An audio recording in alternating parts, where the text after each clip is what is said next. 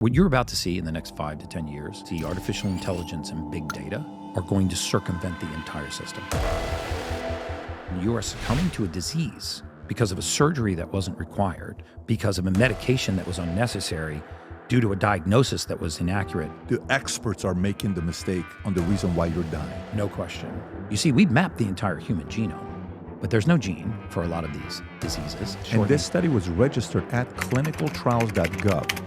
Yes, you can go look this study up. We have this all wrong. The Maha movement is about making changes to the poison that's in our food supply, not eliminating people's choices. I don't see Cardone as a health guy. I see him as a real estate guy. What happened between the two of you? They're actually kind of professionals at business scamming. How much time commitment does it take to look like that? Less than you think. It's not complicated. That's simple It's to do. super not complicated, man. I mean, I wish I could sell it. How long of doing that do you see the results? Immediately. Really? If you took three, I don't know. Do I have some here? Is my team still here? I've never had it. I have it right now. If you want to bring one, I literally have it right now.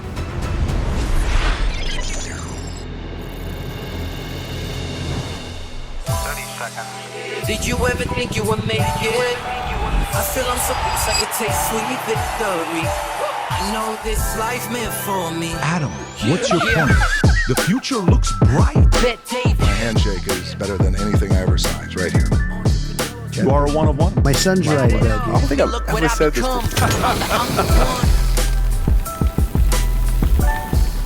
before. Okay, so today, Gary Brecka, the man who one day we all woke up and we're on TikTok or Instagram or X or Facebook or YouTube, and you hear the face of UFC, Dana White, saying, this man helped me save 10 places. You got 10.4 years left to live, and I did this, and I lost weight, and then we saw Dana's body, and we're like, holy shit, who helped this guy?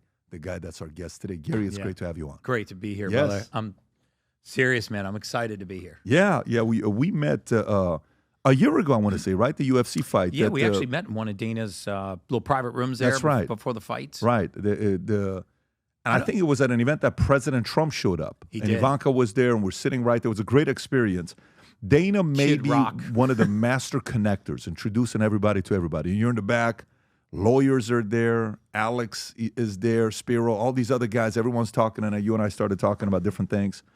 And the part that, for me, we have in common is the fact that you came from the life insurance industry, the actuary, the life settlement, and that was your introduction to seeing, because the idea with life settlement is you buy insurance policy and finding ways to see how long is this person going to live. And maybe if you don't mind sharing with the audience, the industry, where you're supposed to calculate, because a lot of people would say, how do you know 10.4 years? Well, actuaries and life settlement, actually, that's their business model. Yes. Maybe talk about that a little bit. You know, of all the things that I talk about, I get the most flack for that, because people say, well, if you could predict life expectancy to the month, you know, you'd be Jesus. You would have won a Nobel Prize. And I assure you, I'm not Jesus, and I've never won a Nobel Prize. But it is some of the most accurate science in the world.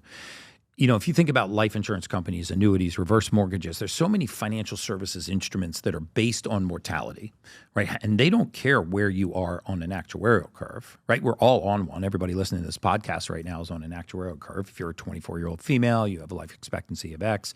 If you're a 44-year-old male, you have a life expectancy of Y. But when they're getting ready to take 25, 40, 50, $60 million worth of risk on your life, only one thing matters. It's how many more months do you have left on Earth? And about 2.5 decades ago, there was a humongous push. I mean, not just because of the life settlement industry, which is the sale of policies in the secondary market, because a lot of people don't realize that your life insurance policy is a piece of personal property, like anything else, like your car, like your house, like anything else that you own. It's important for the audience to realize this is, I own a life insurance policy. I'm 78 years old. I got a $5 million insurance policy. I don't have a living spouse that needs it. I need cash right now. I go to a life settlement company and they pay me a percentage. So if it's $5 million, maybe they'll pay me $1 million up front. They'll take the insurance over. So means when I die, the $5 million goes to the person that bought it. I get $1 million, and the difference is $4 million. And a new company pays the premium until I die. That's right. That's exactly it. That's a life settlement transaction. That's the calculation you make to see, is this a risk of an investment? How long is this guy going to die? it's the complete opposite of life insurance. Correct. Right? Where you're buying it. Yes. So you want to know specific mortality. So these are called probabilistic models. And essentially, it's not that if you have 220 months to live that you're going to die in exactly 220 months. What the model predicts is if your life expectancy is 220 months, for example, just to make one up, that means that you have the exact same chance of being alive as you do of being dead. That's your mean mortality, right? So you have the same chance of being alive as being dead in 220 months. Now what they're going to want to know is, what are the chances that you are on the left side of the bell curve or the right side of the bell curve? And this is where this system of credits and debits comes in, right? And we all know that, mortality debits are things like type 2 diabetes, morbid obesity, hypertension, history of smoking, fatty liver. The obvious things are mortality debits. We started to then import demographic data. So we would look at lifestyle data and demographic data, and we would predict the chances that somebody would actually adjust their lifestyle and potentially fix the problems that they had. And this is when the model became extraordinarily accurate, because these databases, don't forget, will have 370 million lives. And they have information that no other database has because they know the day, the date, the time, the location, and the cause of death for 370 million lives. So they pull that back into these records and they say, what led to this person's early demise, their early mortality? And you can go into the actual record and you can build a case to say they died at 77, but they actually started to die at 41 when this happened. They started a corticosteroid. The corticosteroid actually initially reduced their inflammatory cascade, but then it ate their joint like a termite. And as it ate their joint like a termite, it caused them to have, bilateral knee replacements. Post-bilateral knee replacement, this caused a reduction in their mobility, what we call the ambulatory profile. As you reduce their mobility, you bring in all the diseases that exacerbate with reduced mobility. And as you bring those diseases from that person's future into their present, they now succumb to a disease that they likely never should have had, because very often they're on a medication that wasn't required, because of a surgery that was unnecessary, because of a diagnosis that very often was incorrect. And it was this type of research that led to the 2016 study that Harvard did that determined that the third leading cause of death in America is modern medicine. It's medical error, right? You have cardiovascular disease, cancer, and then modern medicine. And modern medicine, number 3. Number 3 is medical error. So the experts are making the mistake on the reason why you're dying. No question. The experts are making the mistake on the reason why you're dying because, our modern medical system, and the good news is what you're about to see in the next 5 to 10 years is you are going to see artificial intelligence and big data are going to circumvent the entire system. And what I mean by that is no longer will the randomized clinical trial that's conducted by a pharmaceutical company that was used to approve a drug by through the FDA become the standard of care. The standard of care will be the standard of care that has the best outcome. And large data is going to tell us what the best outcomes come from. So for example, just to go back to the case that I was just citing and finish up the first thought. So this practice of predicting death is this system of credits and debits. And we realized that the reason why the majority of people are not living healthier, happier, longer, more fulfilling lives were because of what we called modifiable risk factors. So in other words, things that they could actually take control of or do that would permanently change the trajectory of their life. And for me, that was for the positive or the negative? For the positive or the negative, okay, right? I mean, lifestyle factors are the greatest impact on modifiable risk factor. Yeah, modifiable risk factors is a fancy scientific name for saying things that are under your own control, right? And I mean, trauma, if you had major trauma, car accident, and now you have spinal injury. Okay, that's not under your control. But metabolic syndrome, type 2 diabetes, morbid obesity, poor sleep, poor focus and concentration, autoimmune conditions, ADD, ADHD, OCD, manic depression, bipolar. These are all conditions that lifestyle changes, modifying your lifestyle, can dramatically change not only the impact of, but permanently put these things in your rearview mirror. And we would try to predict the chance that somebody's would modify their lifestyle and change habits that would affect their mortality debits. In the majority of cases, they don't. And so it was very easy to predict their death. But what happened to me was I realized, and this isn't just data, they're human beings on the other side of these spreadsheets. And I made a very conscious decision to leave that industry and say, I don't want to spend the balance of my lifetime predicting death.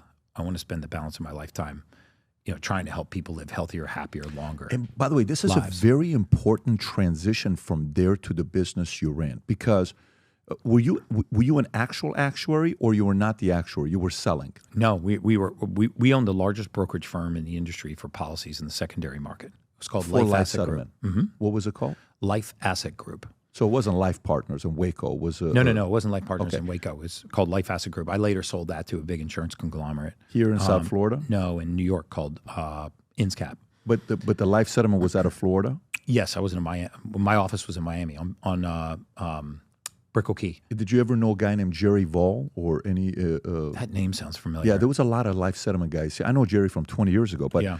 so to me, the average person that's watching is like, what is an actuary, right? So the actuary, their job is, or even the underwriter, you'll submit an insurance policy and you'll say, well, I think this guy's healthy. What does he do? You go through a list of questions that they look at. Maybe they'll do an EKG, blood, whatever they ask to do, depending on the age and the background it is. And then from then they'll say, yeah, this guy's preferred elite. No, you're preferred. No, you're standard. Oh, you're smoker, standard tobacco, preferred tobacco. So then you're getting graded. Yeah, right? table rated, right. Yeah, that's right. But on the opposite side of where you're at, this is how long I'm going to live. When you're buying an insurance policy, what were some of the biggest credits and debits you guys saw to say, I don't know, because again, cost of insurance has gone down predominantly for many years because life expectancy has gone higher. So a lot of times people think life insurance must be more expensive today than ever before. It's actually cheaper because we're living longer. We used to live a lot less 40 years ago, so now it's cheaper to buy life insurance because we're living longer. But what were some of when you were in it and you're looking at all these things, it's like a investment banker looking at so many different deals coming through, they eventually can just look at the deal and say, no, yes, no, Yes. no, yes, maybe, I don't know. Let me ask this question. What were some of the things you looked at to say, okay, these 4 behaviors, actuaries automatically are like, no, these are the ones we're most concerned about. But these 3 behaviors, okay, we're good with these. Let's go here. What did you notice? So 3 things became glaringly apparent. Number 1, modifiable risk factors were things that people could change the trajectory of their life. The second thing that was glaringly apparent to us, and remember, we were not allowed to have any contact with the patient or any contact with the treating physician. Even though I could review your entire medical record, I could see, life insurance is a very invasive process. They get your divorce decrees, your bank accounts, brokerage accounts, your trusts, your wills.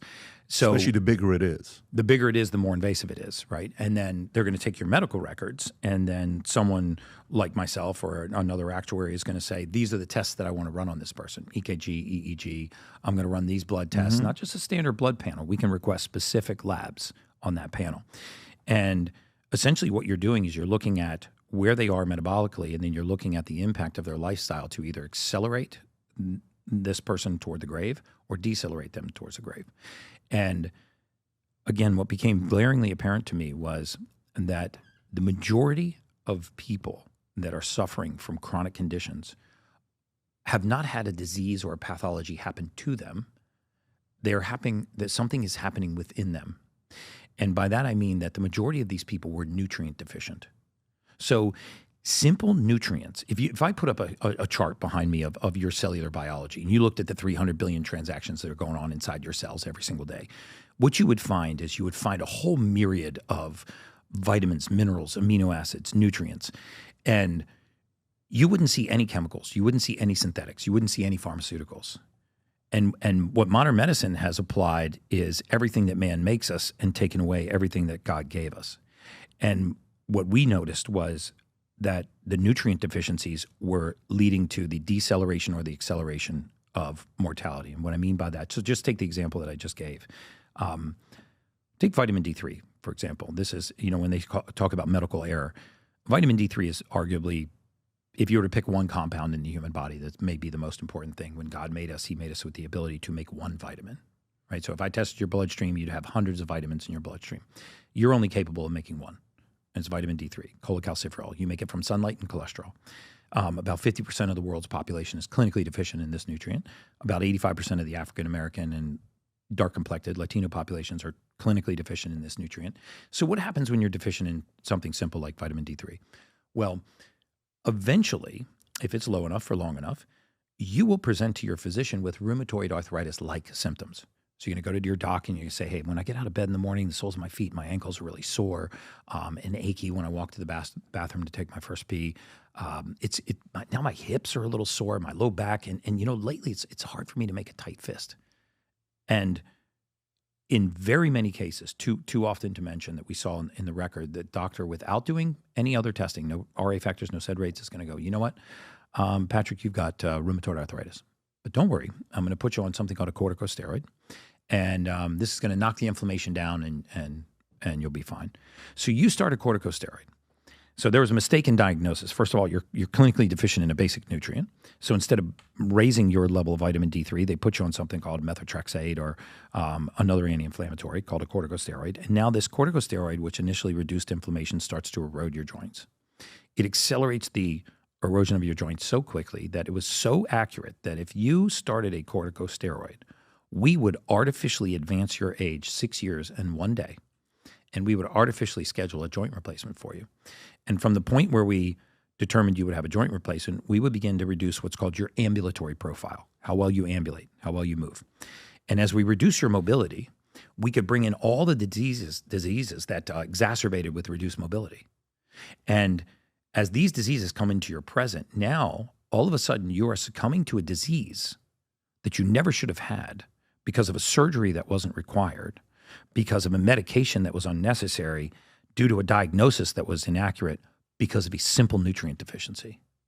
And so and I could give you hundreds of examples like this. You can just keep rewinding all of these consequences in someone's later age, and you can rewind it back to that tipping point where things went wrong. And once you've been diagnosed with a condition and it makes it into the medical record, we would call these anchor diagnoses. So if you're diagnosed with hypertension, you're always a hypertensive patient. If your doctor diagnoses you with thyroid, you're always a hypothyroid patient.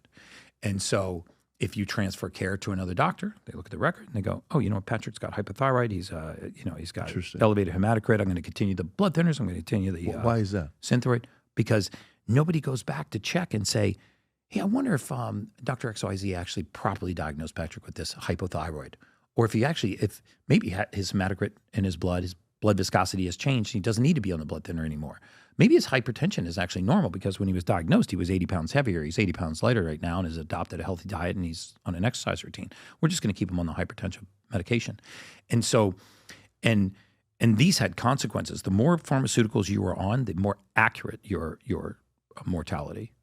So the more pharmaceutical compounds we could stack up in a record, the more accurate we could determine your life expectancy. That is a strange thing to say. So the more pharmaceuticals I'm taking, the more you can accurately predict my life expectancy? The more accurately we can predict your death. Why is that? So you take things, for example, like statins, right? So statins lower LDL cholesterol. There was a prevailing theory in medicine, which is vastly being disproven now, largely by artificial intelligence and big data, that when LDL cholesterol is up, there's an increased risk of cardiovascular disease. And so if we lower LDL cholesterol, we'll lower the risk of cardiovascular disease. The only problem is you're looking at that so myopically, right? You're just taking that one variable, LDL high risk of cardiovascular disease. LDL low risk of cardiovascular disease. It's not that simple. In fact, there's no correlation between elevated LDL cholesterol on its own as an independent risk factor and cardiovascular disease. None. Cholesterol does not cause atherosclerotic plaquing or narrowing of the arteries. Damage to the arterial wall does, and the inflammatory cascade does. And so what happens is, if you understand what cholesterol is, right, it's not a fuel source. Cholesterol is a construction material. So the body makes it. The liver makes 85% of the cholesterol in your bloodstream. And what is it used for? Well, we build every cell wall, every cell membrane, every hormone in the human body, and we use it to make vitamin D3, cholecalciferol, the most important nutrient in the human body, in my opinion. And so what happens when you push this nutrient low? Well, now you buy yourself consequences down the road. Now you're interrupting cell walls, cell membranes, hormones, vitamin D3, and now people get on statin. Now their joints start aching, their memory starts to go. Now they increase their risk for Alzheimer's, early onset dementia. Cognitive decline is one of the fastest accelerants of aging. People that are in steep cognitive decline are not compliant with their medications and protocols. And so you've taken this one independent risk factor And because you think you're lowering the risk of cardiovascular disease, you create this entire cascade of problems down the road. And we saw this over and over and over again. In fact, we did not process a death claim, not one, in my entire 22-year career on a centenarian that did not have elevated levels of LDL cholesterol at the time of their death. Wow. Not once. Interesting. But modern medicine would say LDL cholesterol is a risk factor for cardiovascular disease. No, it's actually a risk factor for longevity. High LDL and low triglyceride and high HDL cholesterol is a marker for longevity, not for cardiovascular disease. And so we believed a lot in what pharma and contrived medical trials were telling us was the standard of care. And the standard of care was killing people, flatly, to be honest. Yeah, so you know what I'm doing right now? Here's what I'm searching. So I when you sell life insurance, the biggest thing that increased the cost of insurance, and by the way, the audience watching this, they're like, I'm not interested in life insurance, but there's a point to it because just like California, insurance companies have left. Why have they left? They want to make money. Why are they leaving? The risk of protecting the home underwater with fire, they just like, listen, time out, we're out, right? They would state they're not leaving Idaho. They're not leaving other places. Why are they leaving California and Florida? Florida, they're leaving because worries of hurricane or the cost of insurance has gone up tremendously. I get it. So life insurance tells us the risk of what's going on. The biggest factor on why cost of insurance would go up was smoking. You remember this? If somebody was a smoker, you could be paying $60 for cost of insurance. It goes $120. That was the biggest differentiator. That's right. Then when you would look at the next one, maybe it was the level of alcohol consumption because you would be like, well, how often do you drink? Well, I drink, once a month. Okay, really? And then we would do the blood work. No, you drink You got fatty liver disease. It's a different test that comes up. And it was your occupation, right? Or your weight. Weight would typically be number 3 on how much you weighed. It was always the worry of weight. But weight wasn't above smoking. So it was smoking, alcohol, weight, and an occupation. If you had a job that was kind of risky, that would increase your cost of insurance. Why was smoking, then alcohol, then, your weight? Why was smoking above it all? Because few smokers ever quit, right? It wasn't the presence of the nicotine. It was all the carriers with the nicotine, right? The tar. Few smokers ever quit. Wow. Way few smokers than you can ever imagine ever quit. And if you think about what smoking is, nicotine addiction, these are, and you just convert it to human physiology. The absence of dopamine is the presence of addiction. So in other words, if you are deficient in dopamine, you will engage in dopamine-seeking behavior. That's why if you've ever been an addict or you've ever known a true addict, their addiction has a tendency to shift. So, alcoholics become drug addicts become workoutaholics might become workaholics. They might shift into a healthier addiction, but the addiction never really goes away because the dopamine deficiency is the main driver of behavior. Dopamine is the neurotransmitter of behavior, like serotonin is the neurotransmitter of mood. So we treat physical addiction. We try to treat the nicotine, the Suboxone, the alcohol, the narcotic. We don't treat the dopamine addiction. And this is why a true addict will go through life shifting their addictions. And so when we get back to human physiology, we go, well, what causes deficiencies in dopamine, right? This is what really led me to leave and start a wellness franchise, because I'm like, we have this all wrong. This person doesn't have ADD or ADHD or OCD. This person actually isn't suffering from anxiety.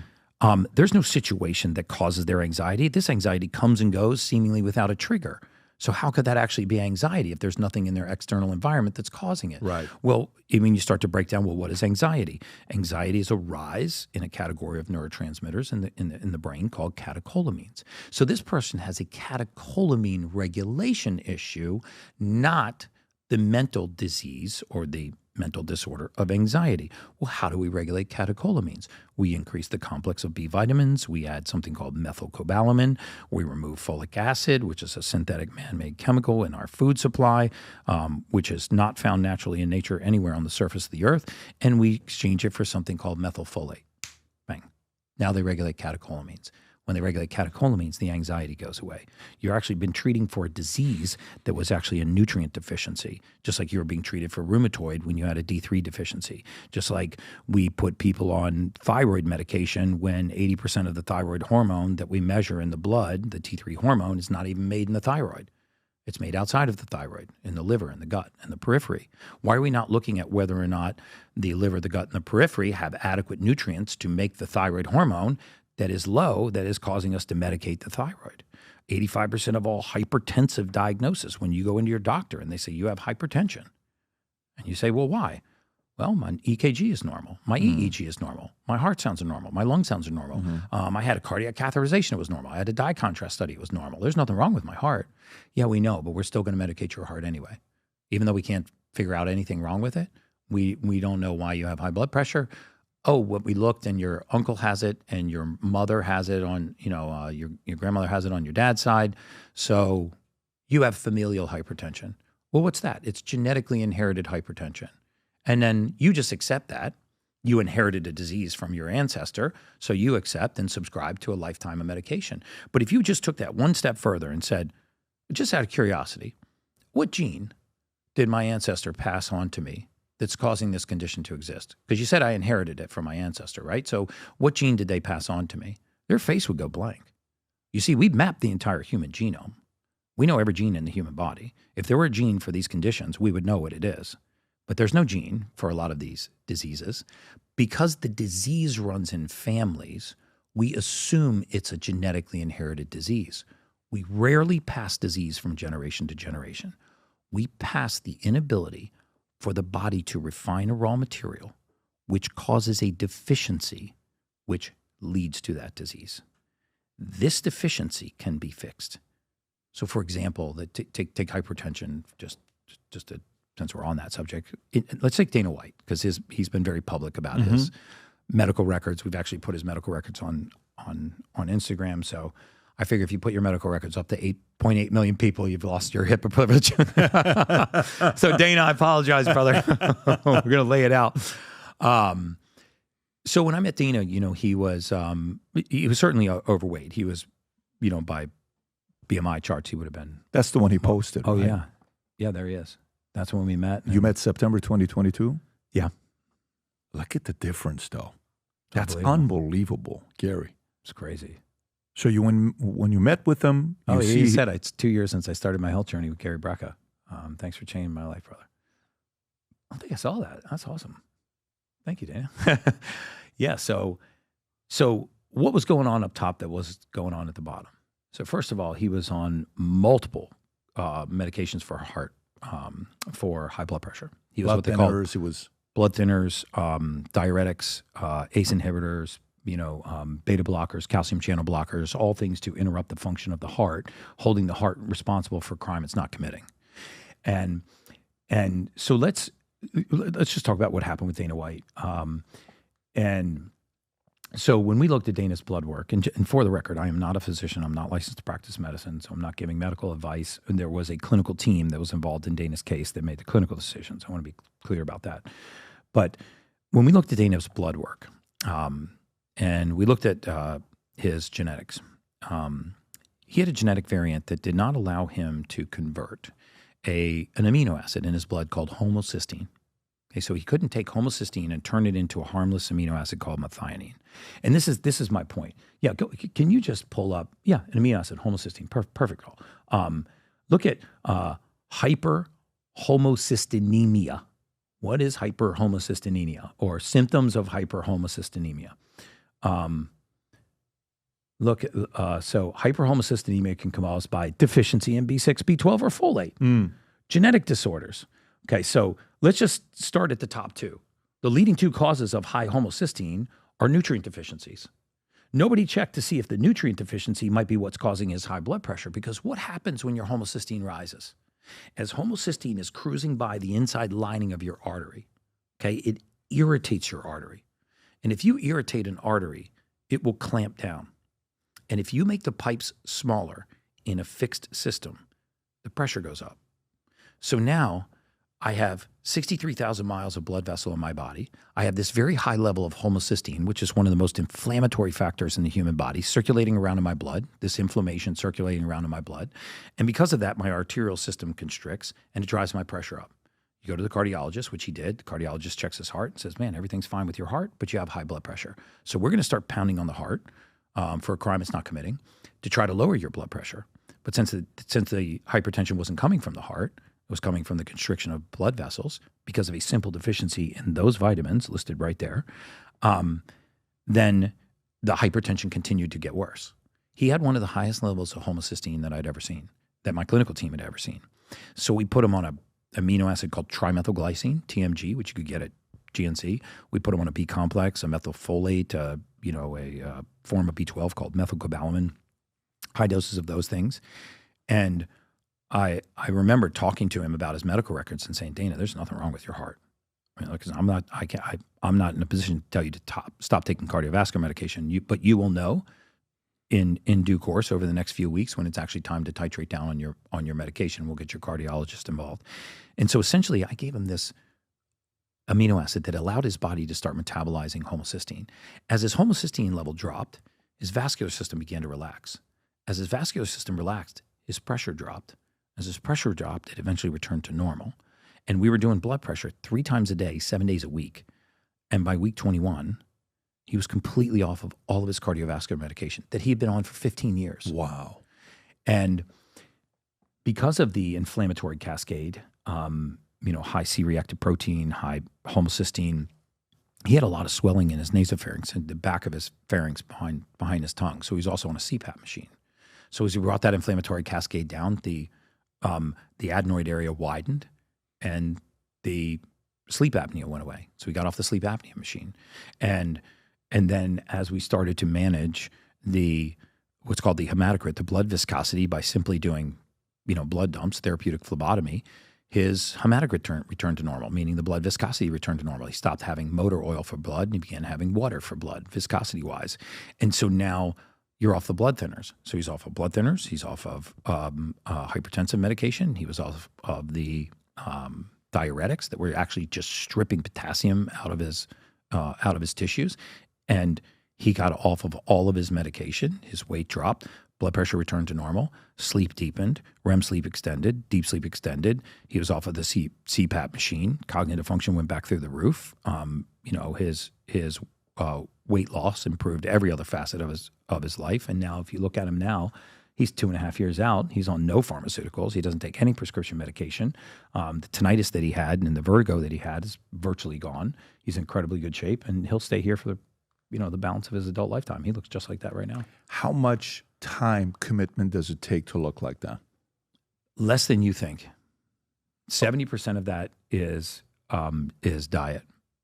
70. Okay, I agree, but the 30% that is the red light, the cold plunge, how much time commitment does that require? How many days a week? So if you want to get back to the basics and just look like that, what he's really focused on now is life extension, right? So I always tell people, look, in my previous company, we sold $110,000 red light bed. And if you're getting ready to buy a Ferrari, go buy a red light bed before you buy a Ferrari. That Ferrari is going to do nothing for your cellular biology, but red light can change your life.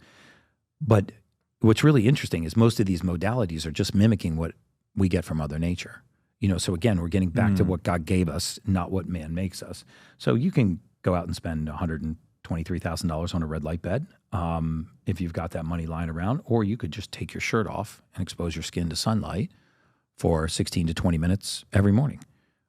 Face the sun. We've been taught to fear the sun. We get 3 things from Mother Nature. We get the magnetism from the earth, which is a very real thing. I get so much flack on this on social media, which I can't understand why, because it's a very valid concept. Taking your shoes off, touching the surface of the earth, earthing, grounding is a very real thing. The earth has a low Gauss current. When we touch the surface of the earth, we discharge into the earth. You can actually measure this in the blood. I've done it real time on stages before in front of tons of people, where if we can't touch the surface of the earth, I'll lay somebody on a PEMF mat, pulse electromagnetic field mat. And you just prick their finger, you put it on a slide, and you show people in real time what your red blood cells look like circulating around in your blood. Well, you'll see that they're all kind of stuck together and clumped up. That's a great mat too. Stuck together and clumped up, because when your cells have opposite charges, they attract. Soon as you touch the surface of the earth for a few minutes, it repolarizes the surface of those cells, and they actually start to free float around. They can't contact each other. Why is that? Because you changed the. So if these are 2 cells and they have the same charge, they can't touch, like 2 poles of a magnet. As soon as they get opposite charges, they attract.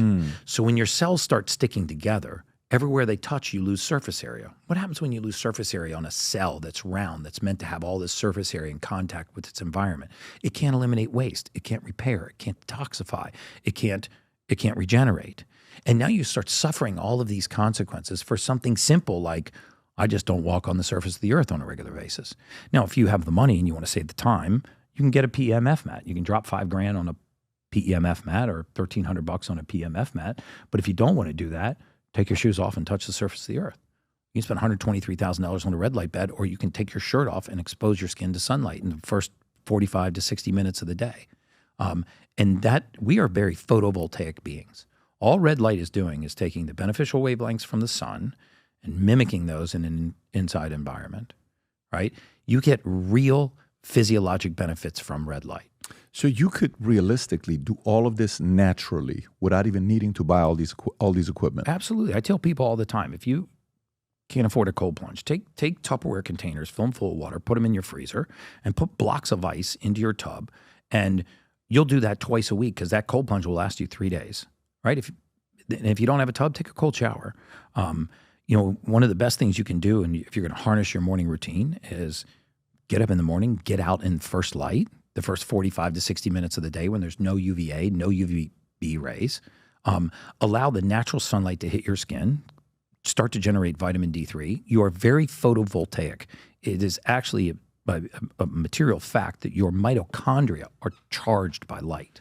Let me ask this question. So, because the motive for doing it, to get people to commit to health, right? Mm-hmm. Sometimes it's hard to get people to commit to it, right? You could say, well, listen, your kids are relying on you. I'm going to live. You're going to have a better lifestyle. I'm going to live. You're going to be able to do this, but you're going to look better. You're going to do this. And everybody wants a shortcut, right? Whatever's going to be the fastest way to do it. Mm-hmm. If a person's running a business, or if a person's a salesperson, or if a person's an executive, if a person's a content creator, whatever you want to call it, parent, spouse, what can a person performs better the better the mood they're in? No doubt. You sell better, you father better, you husband better, you wife better, you mother better, you do everything better, right? Mm-hmm. So what are 2-3 things a person can do to improve their mood when they go throughout the day? First of all, when you say mood, and I convert that to physiology, so that's what I'm going to do. And you say mood or emotional state. What does that mean in the human body? If you said, Gary, what is a mood? What is an emotional state? I would tell you it's a collection of neurotransmitters, right, bound to oxygen. So in other words, mood is a recipe. So if you said, I want to make happiness, okay, that's so much serotonin, so much dopamine, so much norepinephrine, so much epinephrine. You mix that up, boom, you have the emotion of happiness. I want elation, joy, passion, arousal. Okay, you change the level of serotonin, you change the level of dopamine, and so you create mood. The ingredients for mood are neurotransmitters. So where do neurotransmitters come from? They're made in the gut. 90% of the serotonin in our body is right here. If you don't have it here, you can't have it here. And so, like, for example, the serotonin hypothesis of depression says if you're low on serotonin, you're by definition depressed. So your mood is depressed. Do you actually have depression, or do you have a deficiency in serotonin? So now, if the serotonin hypothesis of depression is true, that means I have low serotonin. And so wouldn't you think that if I'm depressed because I have low serotonin, that the fix would be to raise serotonin? Mm-hmm. But that's not what we do. We take people that are low on serotonin and we put them on SSRIs, selective serotonin reuptake inhibitors. So what these do, they bind to little sites in your brain and they essentially slow the uptake of serotonin. And the idea is if we ration what little serotonin you have, then you won't go off a cliff. Well, if we know 90% of the serotonin is made right here in our gut, why don't we go to the factory that makes serotonin and increase its production? If I want to improve my mood, let's produce more of the ingredients that create mood. And so how do we make serotonin? Well, we take an amino acid called tryptophan and we methylate it into the neurotransmitter serotonin. What's needed to do that? Methylfolate, B complexes, the methyl form of cobalamin, trimethylglycine, basic nutrients can actually improve the methylation cycle and the utilization, transportation of serotonin. So I would, if you are an entrepreneur, if you are a busy mother, busy father, if being mentally on your game is something that you need in order to succeed in your career, I would focus first on your gut. Because we make dopamine in our gut too. How do we make dopamine? We take tryptophan, phenylalanine, we convert it into a neurotransmitter called dopamine. Could serotonin deficiency be a deficiency in the amino acid tryptophan? Yes. Could depression be an inability to methylate proper amounts of serotonin? Yes. And now we're up here messing with the mind. We're putting neuroplasticity altering chemicals in the mind to fix a nutrient deficiency. Just like Dana White had a nutrient deficiency in trimethylglycine, and he was on cardiovascular medication to fix a nutrient deficiency. Now he's on an amino acid. So his body can actually break these compounds down. A lot of times people that have hypothyroid are deficient in selenium, thiamine, and often iodine. And so why are we not first testing for what's missing from what God gave us? That's my whole mantra, is that, we're not as sick, we're not as diseased, we're not as pathological as we think we are. We are nutrient deficient. And if we would, if you want to see magic happen in the human body, Pat, you give it the raw material it needs to do its job. And so what does it need to do its job? First of all, I would focus on your gut, and we can talk about what you could do to do that. But our ultimate human superpower is sleep. If you're not sleeping, you're not performing, full stop. So you're not performing at your best athletically. You're certainly not performing at your best cognitively. So if you want to get an edge on the rest of your competition, you have to develop a sleep hygiene or sleep routine. If you ask most of your listeners, what do you do to go to sleep? They'll just say, I don't know, I get in bed, right? Like, well, when do you go to bed? Whenever I finish doing my shit, sometimes it's 1 o'clock in the morning, sometimes it's 11 in the morning. I can think about an activity people do before they want to go to sleep. Like, 10, 11 That's a o'clock good at night. reason to put it off, Right? but none of them are doing it 7 nights a week. Okay. Come on, dude. Yeah, okay. I agree. Yeah. And that's But you're actually saying very that good is for your good, though. sleep. That's good for your sleep. Oh, dude, that's the best way to reduce catecholamines and put you right to sleep. And you tell your, You can see a lot of husbands showing this clip to their wives. Yeah. Or vice telling versa. you, wives, if you want to extend your life, make love before you go to bed. That's a material fact. But if you ask most people about sleep, this is the most bullied thing in their schedule. Sleep is the bastard stepchild of your day. We push it around because it's the easiest thing for us to manipulate in our schedule. So you need to prioritize self-care, or else you will never be able to be selfless. And this is why 82% of all autoimmune diseases happen to women. If you take all autoimmune disease as a category, about 82% of autoimmune disease affect women. Why is that? Because autoimmune is, racist or sexist? No, it's because women have a tendency to be more selfless. They suffer from things like caregiver syndrome. They put the needs of others before themselves. They're almost genetically programmed to do this. Very interesting. To bear children.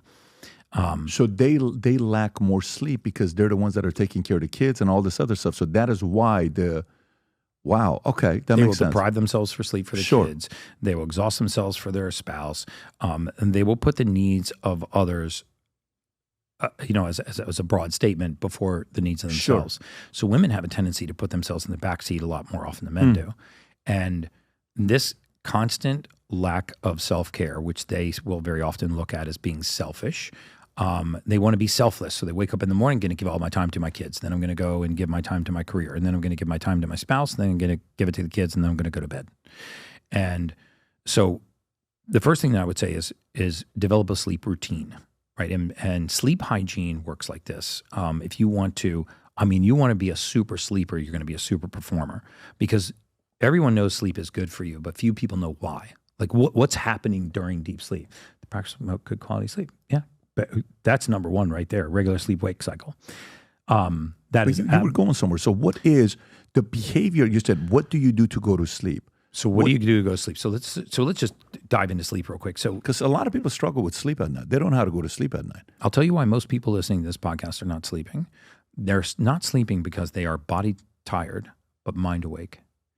As their environment quiets, their mind wakes up, and they will tell you, I am not falling asleep because I am thinking of the most innocuous shit. Like should I have a dinner party? Did my belt match my shoes today? Did I get everything on my grocery list? Did I return that Instagram post? Nothing that couldn't wait till the next day. This is called rumination. And we ruminate at night because of a category of neurotransmitters called catecholamines. As these neurotransmitters rise, it creates a wakened state. So your body tired, you're exhausted, but you're laying there mind awake. And I'm going to tell you how to solve that in a second. But first, if we just isolate, what's so important about sleep? Okay, well, specific things happen during sleep that don't happen during any other time of our cycle. So if you're going to push anything around in your schedule, push meetings and travel around and prioritize sleep and exercise. And so when you look at what happens during deep sleep, for example, and this is the only time that the brain is actually eliminating waste. And so we have a lymphatic system, which everybody knows of. Your lymphatics get swollen when you get a sore throat. We got lymph nodes under our armpits. We got them in our groins. We got them all over the body to get rid of waste. In the brain, it's called the lymphatic system. And this system is only active during deep sleep. So if you don't get deep sleep, your brain doesn't detoxify, doesn't eliminate waste, doesn't repair, doesn't regenerate. So you're actually building up toxicity in the brain by not having deep sleep. Nowadays, more than ever, the brand you wear reflects and represents who you are. So for us, if you wear a Future Looks Bright hat or a Valuetainment gear, you're telling the world, I'm optimistic. I'm excited about what's going to be happening, but you're a free thinker. You question things. You like debate. And by the way, last year, 120,000 people got a piece of Future Looks Bright gear with Valuetainment. We have so many new things. The cufflinks are here. New Future Looks Bright. This is my favorite, the green one. Just yesterday, somebody placed an order for 100 of these. If you watch the PBD podcast, you got a bunch to choose from. White ones, black ones. If you smoke cigars and you come to our cigar lounge, we have this high quality lighter cutter and a holder for the cigars. We got sweaters with the Valuetainment logo on it. We got mugs. We got a bunch of different things. But if you believe the future looks bright, if you follow our content and what we represent with Valuetainment, with PBD Podcast, go to vtmerch.com. And by the way, if you order right now, there's going to be a special VT gift inside just for you. So again, go to vtmerch.com, place your order, tell the world that you believe the future looks bright. So let me ask. So body tired, mind Awake. So if body tired, mind awake, what can you do for your mind to be awake? Well, there's nothing you can do about that. What can you do for your mind to quiet is the question. Right. So the way that so let's talk about quieting the mind. Yeah. Because you just have to keep converting these things to physiology, right? People are like, I can't fall asleep. It takes me 2 hours to fall asleep. Well, why can't you fall asleep? Because I'm thinking about all the stuff from the day. And then you're like, well, you have OCD or ADD or ADHD. Hypomanic, you're hypomanic. Yeah. You have all these categories for this. It's none of that. Your mind is awake and you are ruminating, unless something catastrophic happened. Obviously, divorce, bankruptcy. There are reasons why you wouldn't sleep. But aside from the obvious, most people have this chronically throughout their lifetime. They are chronic poor sleepers, and they get in bed, their body tired, but their mind awake. So what is causing awakened state? It's a category of neurotransmitters called catecholamines. If you pull those up, catecholamines. Catecholamines are fight or flight neurotransmitters. Okay, so if catecholamines are at like a 2, neurotransmitters and hormones play a crucial role in the body's response to stress, fear, and excitement. Okay, so as these neurotransmitters rise, they create one of those things, stress, fear, or excitement. They create a wakened state.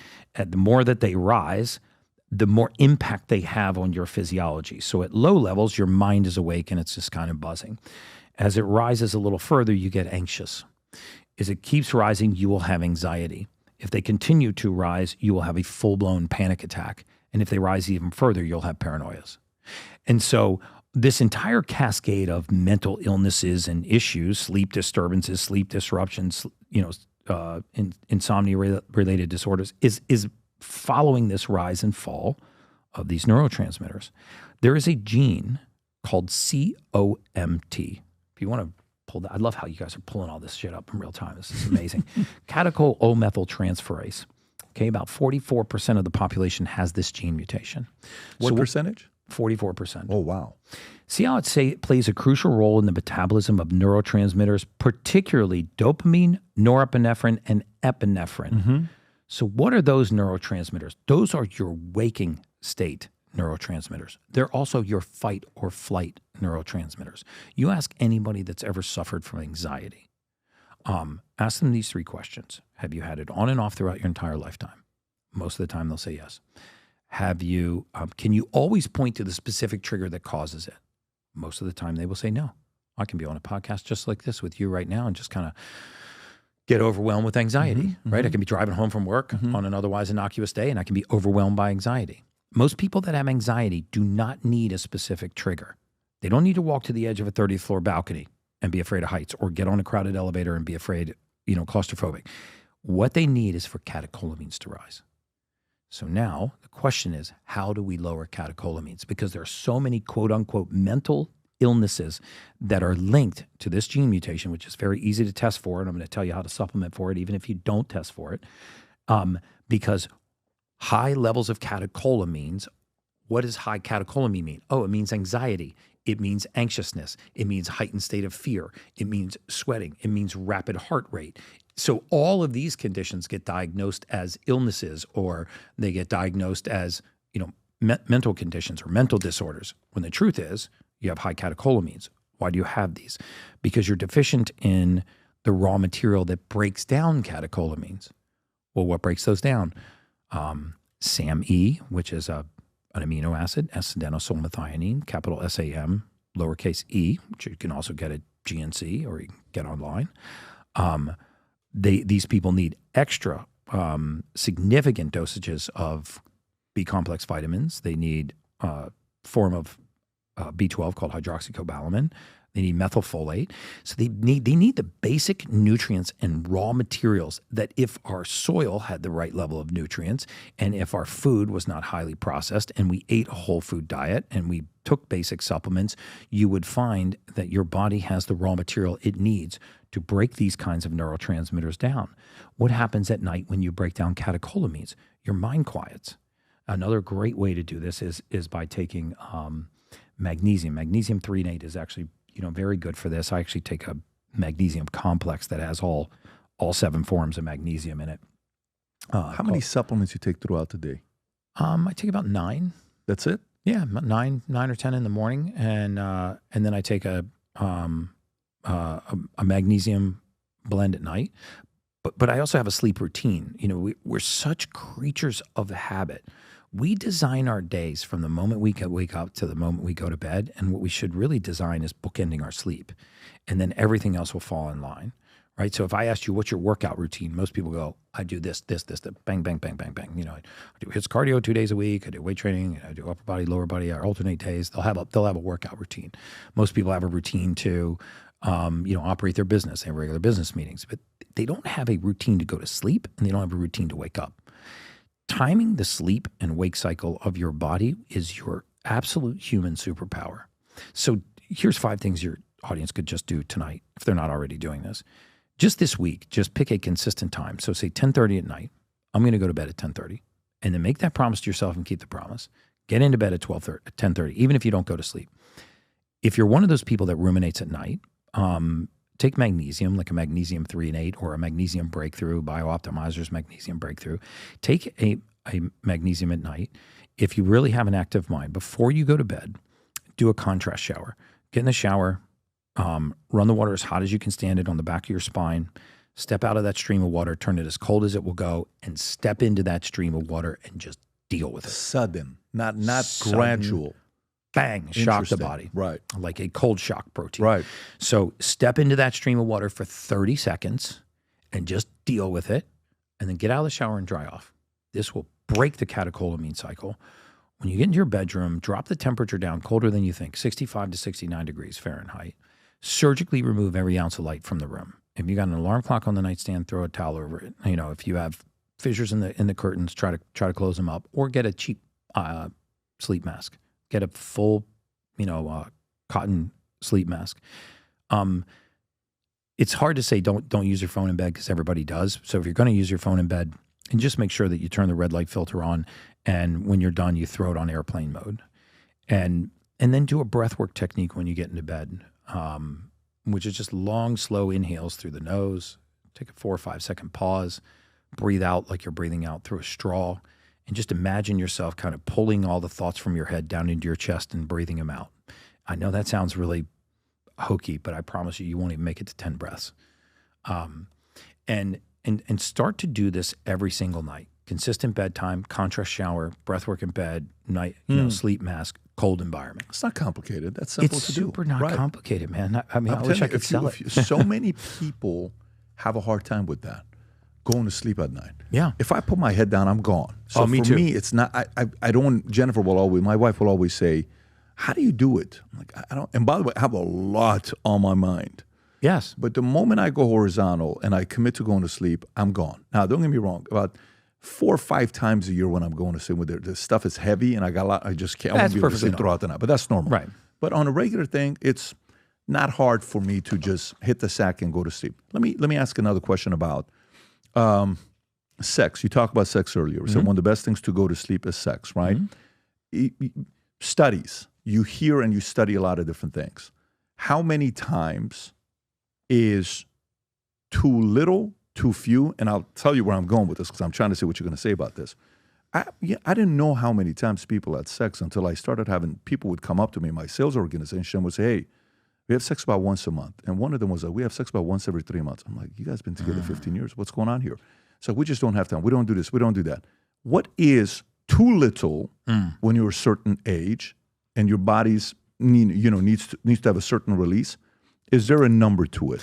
So the benefits of sex, believe it or not, are actually not from the intercourse themselves. They're from the rise, the impact on a pleasure hormone called oxytocin. It's also called the love hormone.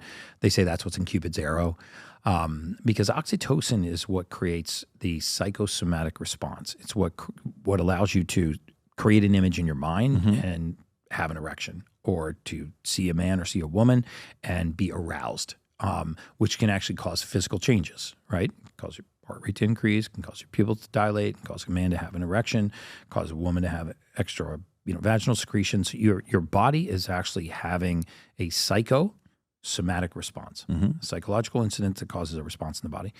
And this oxytocin, which dogs have about 100 times the oxytocin in their bloodstream that humans do, which is why they're so damn loyal, right? I mean, you can, most people that have pets know that you can leave for 5 minutes or 5 days, you get the same response, right? You're like, "Calm down, Fifey, I just went to the mailbox," right? So it's so true. It's so true, yeah, right? And this is why they're so loyal. Beloved, I'm also a huge dog fan. So cuddling, kissing, skin-to-skin snuggling, these have really positive physiologic consequences in the human body. They actually cause the secretion of the pleasure hormone oxytocin. And oxytocin has all kinds of positive effects in the body. So spooning is good for you? Dude, spooning, cuddling, skin-to-skin, long hugs, kisses over 6 seconds. I'm smiling right now. Look at Robbie What? Sanderson. He's realizing. He's going to go smooch his wife tonight. He's like, he's going to be about like, to get it. We going to spoon tonight. This is, part of the reason why, we knew in the mortality space that broken heart syndrome was a very real thing. No shit. Oh, very real thing. I mean, the mortality, like, how do you see it on the tests? You look at the duration of a marriage and the loss of a single spouse, and you dramatically reduce the life expectancy of the second spouse. Dramatically. It's almost as accurate as hip fractures, because hip fractures were one of what we called the triad of death, because they were actually poorly understood. Most people think that elderly people fall and break their hip. It's actually not what happens. Their hip breaks and then they fall. And so when break comes first before the fall, instead of the fall, then the break. The break causes the fall doesn't cause the fracture. That's correct. Wow. So grandma's standing at the sink washing dishes, and crack, the femoral head breaks off and she falls. And then they say, "What happened?" She's like, "I fell and broke my hip." No, your hip broke and then you fell. The reason why, because there's nothing particular about a hip fracture that leads to early death. What in older people, the reason why the hip fracture is so significant is this is an indication that the skeletal system can no longer support its own weight. You're pretty far progressed in the osteoporotic, osteopenic category, right? You're way down the road on a brittle bone system. And so it's one of what we call the triad of death. But we knew in the mortality space that if you wanted to cut someone's life expectancy in half at any age, put them in isolation. Isolation is the most dangerous and destructive thing that you can do to a human being. And I mean socially isolated, isolated from their relationship, elderly people that have had marriages for 40, 50, 60 years and then lose a spouse and are suddenly alone. That is a dramatic accelerant for mortality. But isolation happens at very, very young ages too. We are becoming increasingly more isolated. We are drastically out of touch with nature. We are drastically out of touch with other human beings. The worst thing we ever did during the pandemic, I don't care what anybody says, is social distancing, residential quarantining, masking. This was horrible for humanity. Yet skyrocketing rates of mortality related to loneliness. If you look at the blue zone studies, for example, and you actually look at why are hypercentenarians concentrated in certain areas of the world? What were the things that were contiguous to all of the blue zones? Because it wasn't diet. Right? It wasn't carnivore, keto, paleo, pescatarian, vegan, vegetarian. It was none of those things. If you actually look at dieting and you went to Sardinia, you'd say, okay, well, it's the highest carbohydrate consumption in the world, one of the longest life expectancies. You go to Singapore, one of the highest meat consumptions in the world, one of the longest life expectancies. You go to, the Mediterranean, very high fatty fish and oils, very long life expectancy. Okay, well, everybody's living long and they're not a continuity between diet. So the only continuity with diets was that they were all whole foods. None of those people were living that long on a processed diet. The two things that were not exchangeable, that were non-negotiable, were mobility into later in life. In fact, in Sardinia, life expectancy, the hypercentenarians, was directly related to the grade of the slope. The steeper the hill you walked up every day, Get out of here. the longer your life expectancy. Wow. Yeah. You have a 93-year-old man walking up a 32-degree slope, shit. 10 blocks to go to church and 4 blocks over to the market, back home. Wow. Live forever. The second was sense of purpose and community. You can't exchange those. So that is the part, the isolation or the death of the loved one or heartbreak leads to, this is why they say, my grandfather died 3 months later, my grandmother died. That's exactly why it's called broken heart syndrome. I actually just got goosebumps when you said that. Goodness. It's so visceral and so real. In those areas of the world, in the blue zones, for example, there's no such thing as assisted care living, right? Assisted care is mom and dad move back in with the kids until the day that they die. Why? Because their only purpose may be to go out to the garden and get vegetables for dinner that night, but they have a purpose. They have a role. They have a community around them. And we are surrounded by communities that are hyper-isolating us.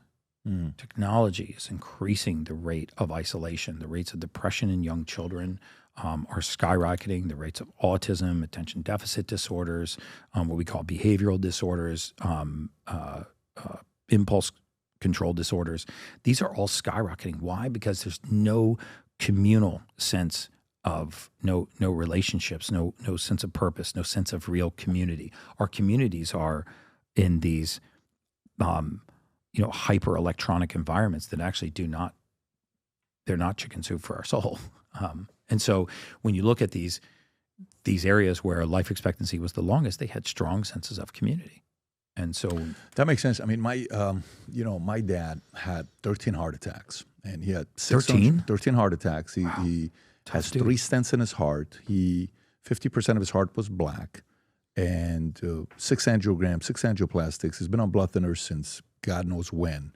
And then he was smoking 2 packs of cigarettes a day. He drank every single day, like liquor, 60 proof, like this, every day for as long as I know, 15, 20 years. And then one day he decides to stop all of that. But he has always worked.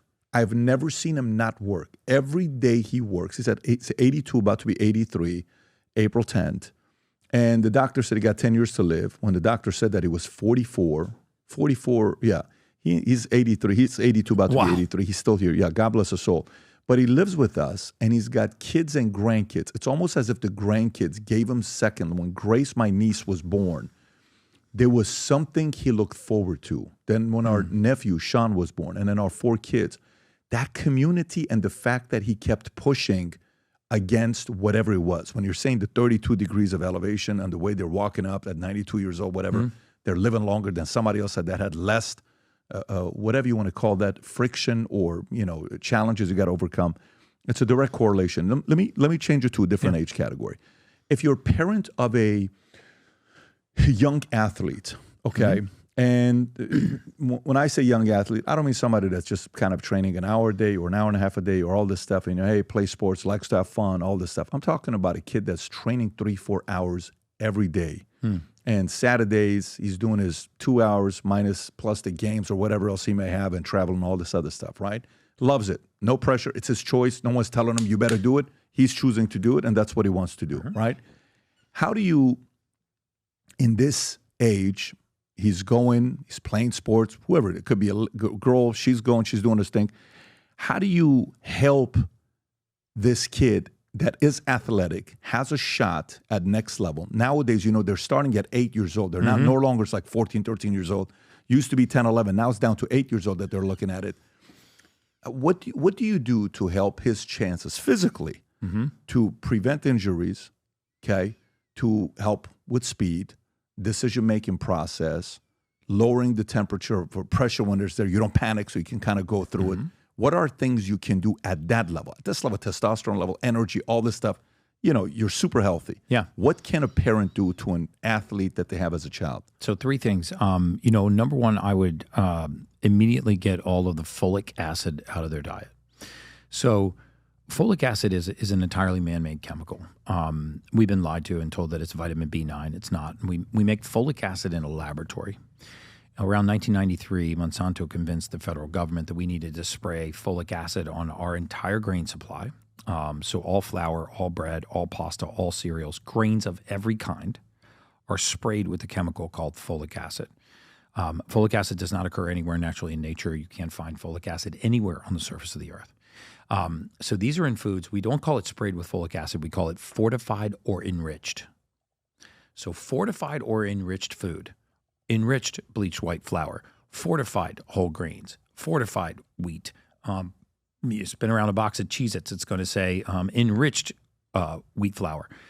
So fortified or enriched foods are sprayed with chemical folic acid. The reason why I say get folic acid out of their diet is because the majority of these kids will have a very difficult time processing folic acid. So what does folic acid do? Folic acid, when you don't convert it, rises. It actually causes hyperactivity in the brain. It interferes with speed, timing, agility, hand-eye coordination. So the fine motor movements and the things that will take an athlete from being a good 8.5 to a 10.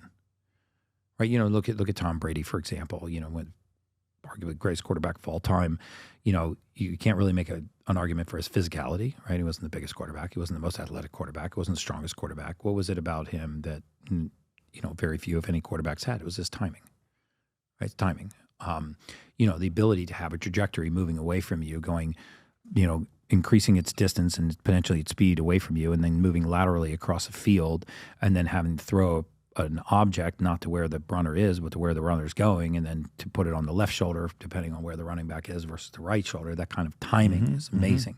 So if he didn't cater to the small things, the timing would have, eventually eroded. This happens in UFC fighters, it happens in boxers, it happens in athletes of all kinds.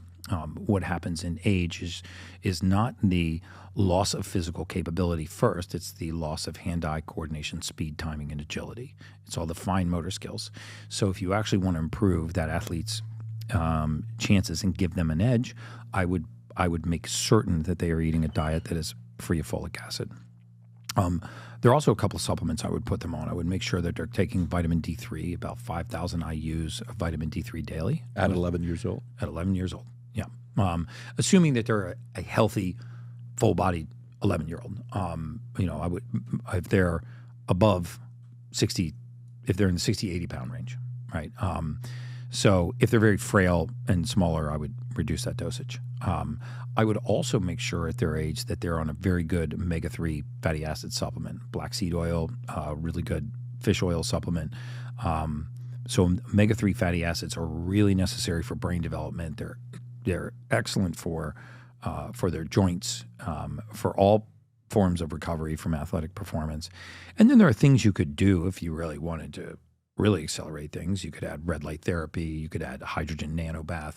I would have them drinking hydrogen water even at that age. I personally think that hydrogenated water is arguably the most underutilized, scientifically valid biohack in the world. I mean, why do you think so many people criticize that? Like, I've seen reactions to all of us. Like, I have videos about me that's negative. Hey, Patrick Bet David, this is that. Okay, well, I'm the insurance network marketing. Okay, great. But why do you think people try to, like, if there's things that I see where people try to break it down with you, is hydrogen water. Oh, Why do you think that is? I would love to debate somebody on Why do you hydrogen think water. that is? No one's ever willing to. Anyone that wants to criticize me on hydrogen water, let me I will play one of them. You invite just them brought that onto up. my podcast, and I will openly allow them to express whatever trepidations they have about hydrogen water. It is. I would love to see this. I think I saw this on Twitter. One of them. Really? Anyways, if I don't I'd find love to it, see it. Anyone listening to this podcast who wants to come on to the Ultimate Human podcast, my guest, I will fly you in at my expense. You can actually stay at my biohacking studio. I love and that we will offer. have. I'm very sincere about that, and we will have an open debate about the benefits and the side effects of hydrogen water. Why don't we look at what the research says right here? And if you can find that, there's a video of me, but I don't know if that's where I'm criticized. A lot of criticism I deserve. You know, sometimes I put things out that I read in articles and I don't check the publications. That little thing that I gave you. Critics of hydrogen water, scientific evidence supporting the health benefits is weak, with most studies being small and lacking rigorous methodology, meaning there's not enough data to definitively claim scientific. Okay, so will you do me a favor? You go to Google. Will you search Journal of Experimental Gerontology, hydrogen water? It was published in November of 2021. November 2021, Journal of Experimental Gerontology. Yeah, pull that one up.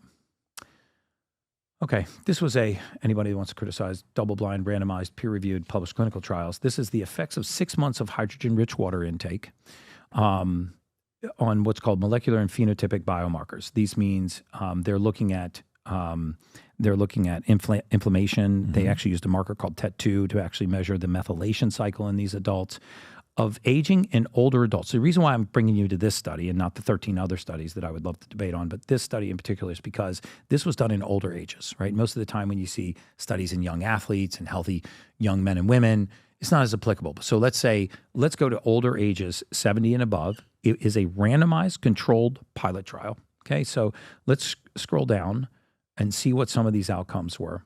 Hydrogen-rich water, blah, blah, blah, blah, blah. Favorably affected several age-related features in the elderly. So let's go, and it increased their telomere lengths. Those are the lengths of the chromosomes. Like, one of the hallmarks of aging is the degradation of the distal ends of the chromosome called the telomere. So the longer the telomere, the younger the biological age of that host. So one of the measures that we use to check your biological age against your chronological age is we look at your telomeres. If we can lengthen your telomeres, we are extending your lifespan. So can we scroll down? Okay, so the molecular markers of DNA, chromosome, here's, look at all of the things that they measure, and then we're going to see the outcomes. The biomarkers assessed at baseline and 6-month follow-up were molecular markers in the blood, DNA, and chromosomes, nutrient sensing, protein and lipid metabolism, oxidative stress, mitochondria, cellular senescence, meaning zombie cells, inflammation, brain metabolism, cognitive functioning, physical functioning, and body composition, as well as resting blood pressure, facial skin features, sleep outcomes, and health-related quality of life. So now let's see what happened when they actually used hydrogen-rich water for 6 months. And this will be part of my debate with whoever wants to debate me. So a significant treatment time.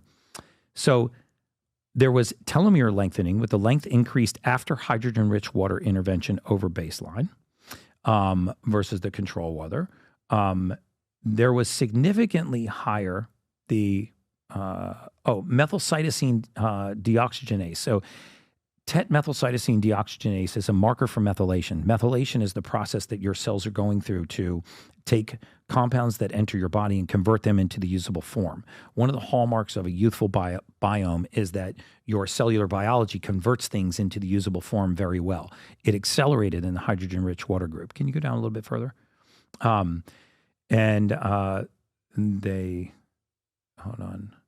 It increased brain choline and NAA levels in the frontal gray matter, brain creatine in the right parietal matter. Can we go down a little bit further? There was No significant differences were found in other outcomes except for a significantly improved chair stand performance. This is where the, sarcopenia, which is age-related muscle wasting, right, which happens the older we get, the faster this occurs. So this is their ability to sit and stand, right? So the number of times they can actually sit-stand, their sit-stand ratio. Significantly improved chair stand performance after HRV intervention compared to the control water. It can be recognized as a possible anti-aging agent that tackles several hallmarks of aging, including loss of function and telomere length shortening. And this study was registered at clinicaltrials.gov. Yes, you can go look this study up. In fact, if you go to, can you go to hydrogenstudies.com? It's not my website, by the way. Okay, hydrogenstudies.com, and just go to view all studies. Okay, there are 1,335 studies on hydrogen water, hydrogen gas here. You can actually go and you can deselect animals if you want to just see. So go to all test subjects. Click that. Just highlight the humans on the right. So get rid of the mice and the rats and the dogs. Boom. Now just select all. Click select all. Boom. Now you're just, deselect all, collects humans, and hit search, top right. So now it's just going to be human clinical trials. Efficacy and safety of hydrogen therapy in patients with early stage interstitial lungs disease. Successful treatment of myalgic encephalomyelitis and chronic fatigue syndrome using hydrogen gas. I mean, it is mind-numbing. First of all, hydrogen is the most prevalent element in the universe. It's also the lightest element that we know of. In fact, if you say that something is an antioxidant, what does that mean? Blueberries are antioxidants. Like, what does that mean? It means that it's donating ions, donating electrons, right? So you can actually do a study for yourself at home. Just order something called an ORP meter, oxidative reduction potential meter. You can get it for $10 on Amazon. What this will do is it'll take any compound, like a liquid, you could put it in this bottle, and you could measure the ability of this water to either cause inflammation or reduce inflammation.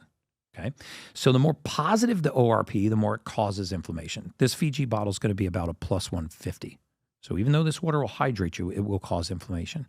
If you dropped a hydrogen tablet in there and it effervesced into hydrogen gas and you drank that, it would drop the ORP to negative 400. So now you would take this glass of water, this bottle of water, and you would turn it into an antioxidant. And if you look at, study after study, I use one called, you can go to drink, h2tab.com. Go to drinkh2tab.com. This is the one I take. I'm actually a partner in this. That's my son. But go to science. Okay. If you were to scroll down here, these are the clinical studies. Keep going. These are the clinical studies. Where's the scientific studies? It should say on there, benefits. If you go to the bottom under science, should show you the studies. We linked them there somewhere. Science. Okay, so resources, science. So we should be able to, there were 24 studies done on that elemental magnesium tablet alone. And you look at giving it to double-blind studies like the full-blown? To full-blown double-blind studies. Okay.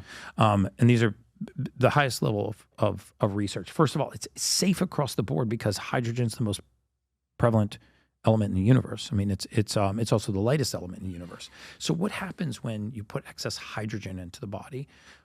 It becomes one of the most anti-inflammatory compounds we know of. Because hydrogen, you can also bathe in it. It will go right transdermal.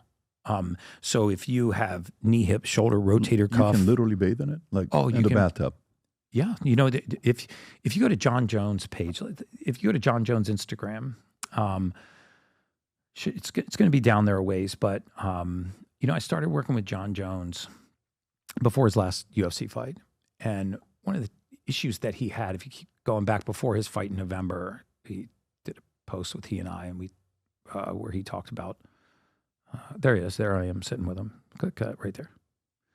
So I have him get in a red light bed. I've got him getting in I've got him doing oxygen therapy, what's called EWAT, exercise with oxygen therapy. I taught him a breathwork technique.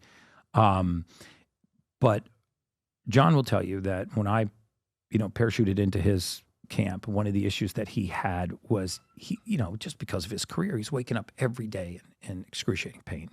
At the time, he was only training 5 days a week. And he was waking up in just pain every morning because of the jiu-jitsu and all the contact sports. And this is right before his fight. So we went out there. I added 2 major things to his routine. He started drinking hydrogen-rich water, which is NSF certified. It's just hydrogen and water. And he started bathing in it every night for 25 minutes. By the 21st day, he called me and he goes, man, I can't believe it. I am waking up. I am not in any pain. Wow. And that's I'm big actually for him. adding a 6th day of training to my training schedule. I'm taking 0 credit for his competency in the ring. None whatsoever. But what I was able to do was get him out of pain by bathing and drinking hydrogen-rich water going into his fight. And I could give you athlete after athlete after athlete after athlete that this works in.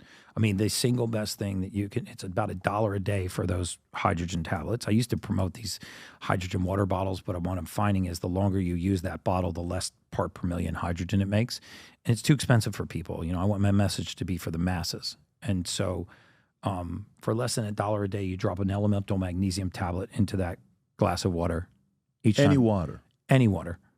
And it will automatically turn it into an antioxidant bomb.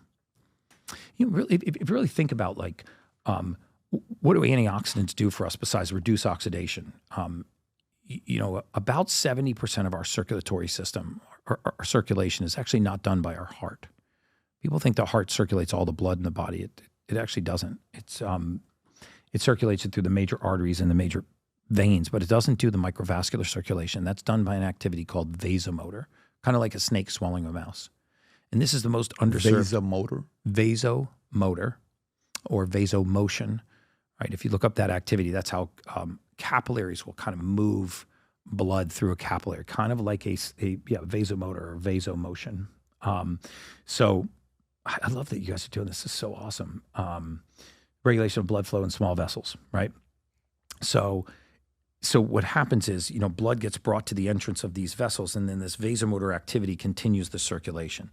So if you want to improve the appearance of your skin, fine lines and wrinkles, the blood supply to the back of your eyes, your liver, your lungs, your pancreas, your kidneys, your brain, if you want to improve your microvascular circulation, which is 70% of your circulatory system, you can do things like expose your skin to sunlight, get in a red light therapy bed, exercising your vascular system by cold water immersion and heat exposure to actually dilate and vasoconstrict. And you can take hydrogen. You can drink hydrogen-rich water. How long of doing that? Really would love to debate somebody. How long of doing that do you see the results? Immediately. Really? If you took 3, I don't know. Do I have some here? Is my team still here? I've never had it. I have it right now. If you want to bring one of your, I literally have it right now. I'll bring them in here. We'll drop 3 of them in that bottle right there. I'll do it right now. You will whack it back. See somebody bring it right now. I'll drink it. So Okay. for me, every Can time. you tell my team to come in here and bring hydrogen tablets? Tony, if you can bring, and so you're saying put how many of them in there? We're going to put 3 of them in there called a hydrogen bomb. And does it taste like anything? Am I going to feel? This one will taste like raspberry. It's flavored with raspberry, but they make an unflavored version. And what's the other thing that I saw was with the metal thing? What is the metal? Do you know what I'm talking about? Yeah. Is that anything or that's nothing? Yeah, that's that won't do anything close to what hydrogen tablets will do. So if you took, that's elemental magnesium, right? So which one you want me to do? This is fine. Yeah, just do that one. Okay. Drop 2 or 3 of them in there. It's going to take about 50 seconds to dissolve. You're going to get to 12 parts per million. Smells amazing. What this is? You said blueberry or raspberry? Raspberry. Oh my god! So it's actual raspberry. So just hold that up. You see the gas that's going in there? So that's pure elemental magnesium. All 24 of those studies are on that site, drinkhh2tab.com. Just go there and read the study. Do not take my word for it. Or go to hydrogenstudies.com.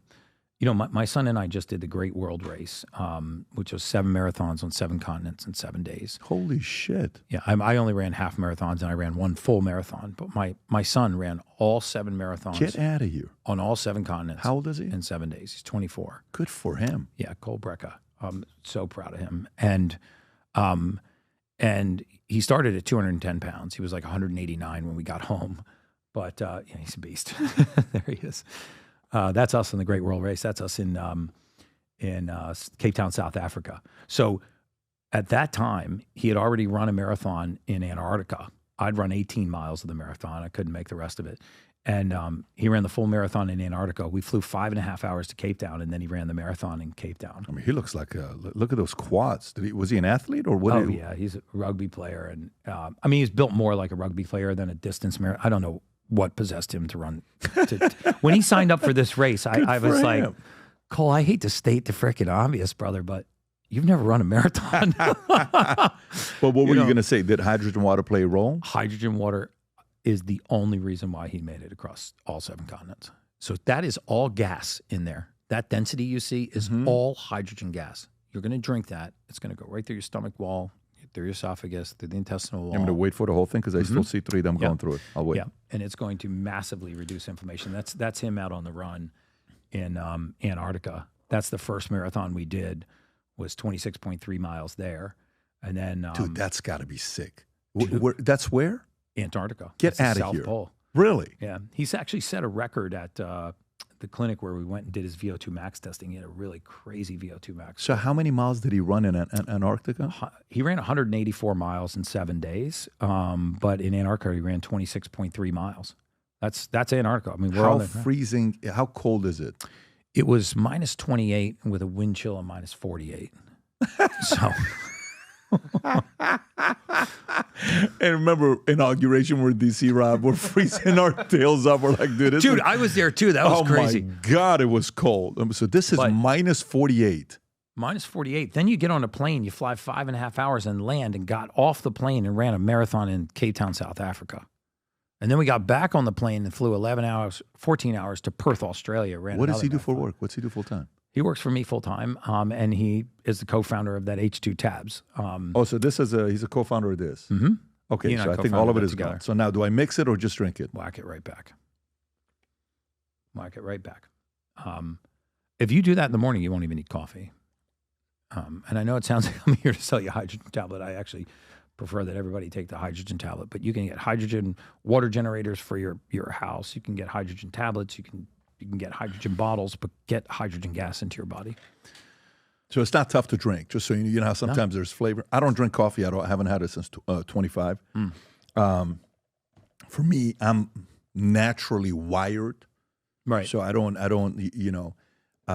7 years ago I stopped. The last time I had soda was July of 2019 because of my former CFO, Ian Benedict. Wow, you remember July 2019? Oh, because we were at Breakers Hotel, and I'm sitting there, I'm saying, hey, Ian, how come? Because I used to drink 3 Coke Zeros a day. I'm like, how come you don't drink it? He says, I haven't had a soda for 7 years. I'm like, well, you know what? I'm going to start today, see if I can go a week.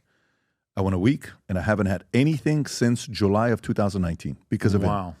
So Paul Saladino was here, 6 weeks ago, 5 weeks ago? I don't know when he was here. He's a friend of yours. He stayed with me when he was here. Oh, really? Yeah. So when he was here, I was asking him about Celsius and some of these other things. He says, listen, this is the worst. I haven't had anything since the last time he was here. So every time it's one habit, one thing, I try to adjust to see what it does for me.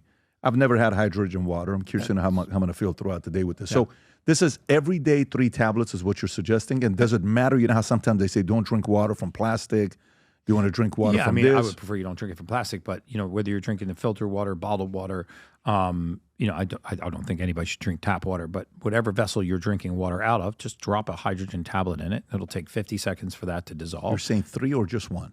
3 throughout the day. 3 throughout the day. But at least 1 in the morning. If you're tired or you lack sleep or you're exhausted, and that drop in inflammation will wake you up. Not because it's stimulating you. There's no stimulant in there. But you will notice that if you're dragging ass and you do 1 or 2 of those hydrogen tablets and you put a high dose of hydrogen gas into the body, it will wake you up because it will reduce that fog and inflammation. I wrote another thing down that I'm curious about.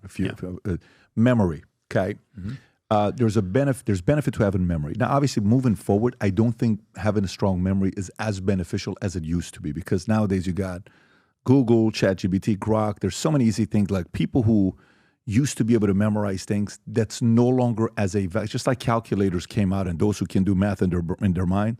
Great, you can do it. Anybody else can do it. It's a great equalizer, right? But there's still benefits in having a good memory. No question. What helps? What can you do to strengthen? I have an exercise I do, but I'm curious to know, to the average person that's thinking, how can I improve my memory? What can you do? Well, there's 3 things you can do to improve your memory. I mean, first of all, I would lower your glycemic profile. I would dramatically reduce sugar and carbohydrate intake. Not go keto, not go Atkins, or carnivore per se, but we know now that Alzheimer's is type 3 diabetes. If you put in type, just because I know he's going to Google it, so I might as well just get ahead of him. Type 3 diabetes, or type 3 diabetes, Alzheimer's. The term type 3 diabetes is they say that it's not recognized as a similarity between type 2 diabetes and Alzheimer's. If you keep scrolling down, Interesting. They hypothesize that Alzheimer's disease may be a form of type 3 diabetes that specifically affects the brain because, a lot of people don't realize this. It's not just the pancreas that makes insulin. The brain is so crack addicted to sugar that it can make its own insulin.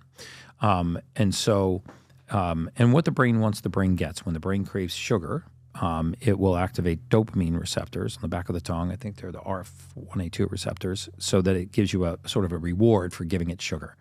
So we know that insulin resistance in the brain, there's evidence to support the connection between insulin resistance and Alzheimer's.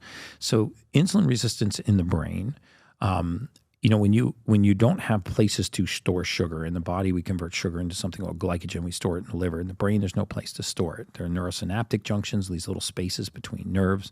So insulin resistance has a massively negative impact on the brain. So before I tell you what to take to improve memory, it's what to not do to improve your memory. So you want to lower your glycemic profile, so lower your blood sugar. Your what's called your hemoglobin A1C, the 3-month average of your blood sugar, will do a lot for your cognitive function. That's why if you ever notice how sharp you are and awake and alert and aware when you're fasted or when you're hungry. Like when you're hungry and you're going searching for food, you're actually on your game. You feel alert, you feel awake, you feel focused, you feel cognizant, you feel clear. Why is that? Because your blood sugar is low. And so on the low side. So the lower you can keep your hemoglobin A1C, and a really good hemoglobin A1C is 5.2, 5.3 or less. And the more insulin sensitive you are, the sharper your memory is going to be. The second thing is that memory is directly related to circulation. The presence of oxygen is the absence of disease. And as you deprive the brain of oxygen, which is called hypoxia, which, by the way, is the definition of death, hypoxia, lack of oxygen to the brain. But as you just take marginal deficits in the amount of oxygen in the brain, you take significant deficits in your cognitive function. So mobility, exercise, breathing will do more for your cognitive function than any kind of neurotropic, because you will increase the circulation to the brain.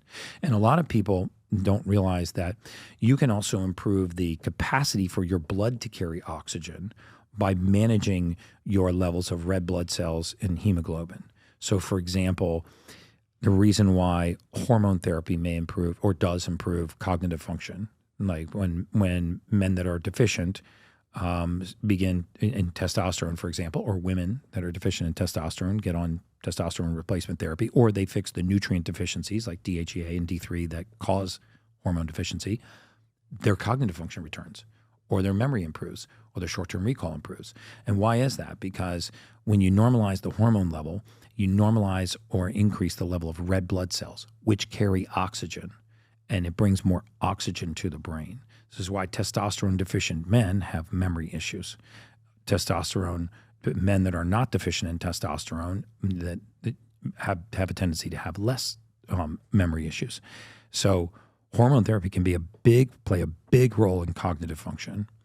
HRT or TRT? Oh, no question.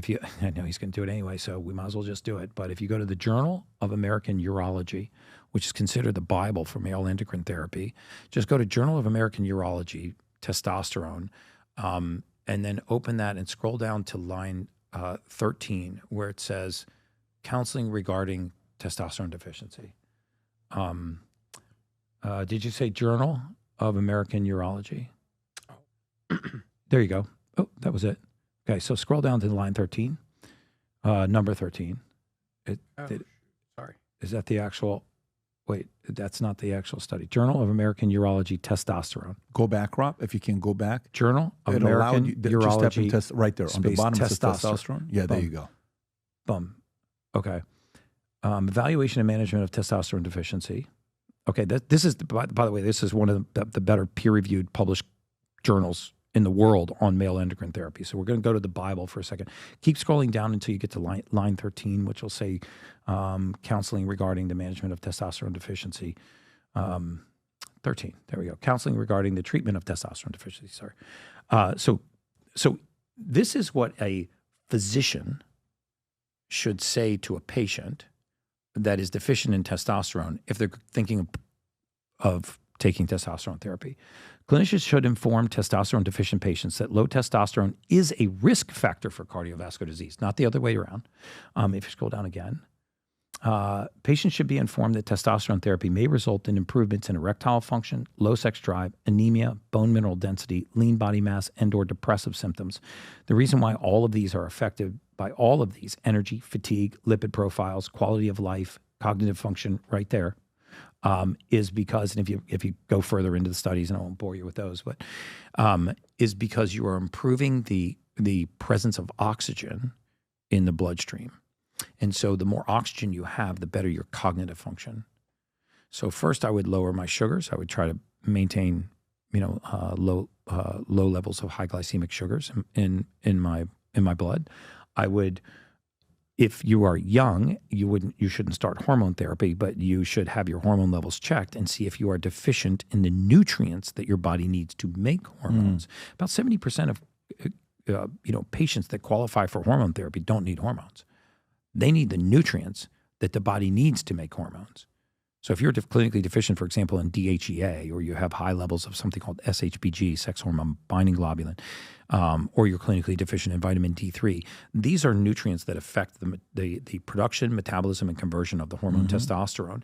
And if we don't look at these things, we put people on hormone therapy too early, rather than putting them on the nutrients to make their own hormones.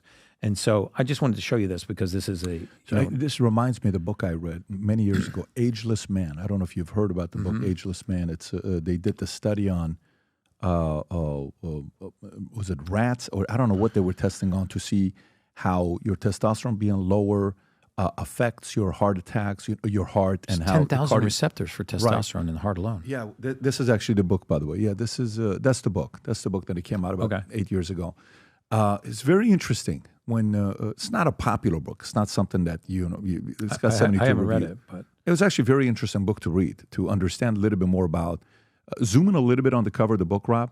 How to cure prevented disease of aging, Alzheimer's, depression, Parkinson, hypertension, coronary disease, heart infarct, slip disc, prostate, impotence, knee. I mean, it's like all of it, and it's a simple book. It's not a big book to read. You know what's amazing about that is that this is exactly what we discovered in our research in mortality, is that so often, so many things go wrong. So if you just look at that myriad of symptoms, right? Hypertension, Alzheimer's, Parkinson's, cholesterol, obesity, slip disc, prostate impotence, hip osteoarthritis, that seems like the entire world's going to hell in a handbasket, right? So if you treat these like spokes on a wheel, these look like independent variables all going wrong. There's a cardiac issue, there's a mental issue, there's a bone issue, there's a circulatory issue, there's a cognitive issue.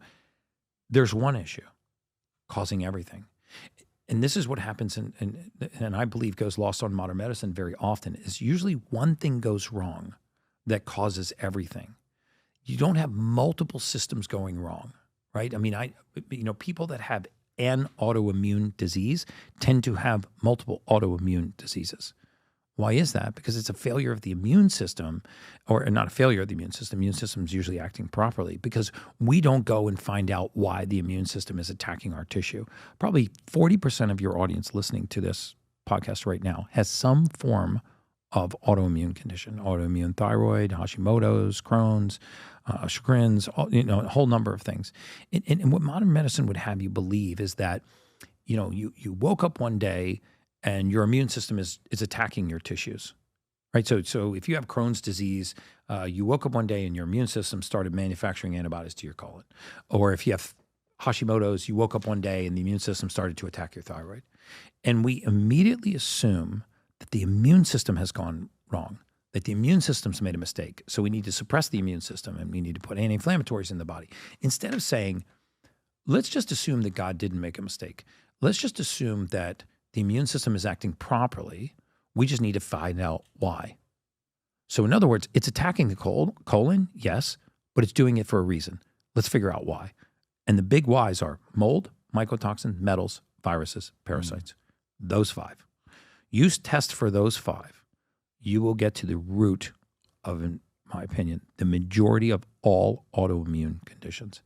But we believe that autoimmune conditions happen because the immune system is spontaneously dysfunctional. There are so many people with autoimmune Hashimoto's, and what do? They just put them on medication and watch the immune system just slowly attack, the thyroid. But the truth is, when you have pathogens in the body like mold, a mycotoxin, a virus, a parasite, and you have a healthy cell, and if they're listening to this, they can't see this, but pathogens don't hide like this, right? They hide like this.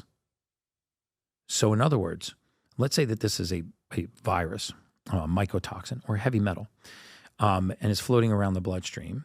It's not going to hide outside of the cell. It's going to hide inside the cell. Now, the immune system sees this invader.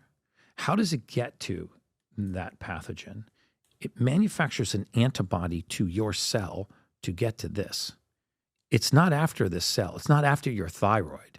But if you take heavy metals and you embed them in your thyroid tissue, your immune system will manufacture antibodies to the tissue to get to this. So it's just like if the crime is committed and the offender ran into your building and locked the door, the police would bust that door down to get to the offender.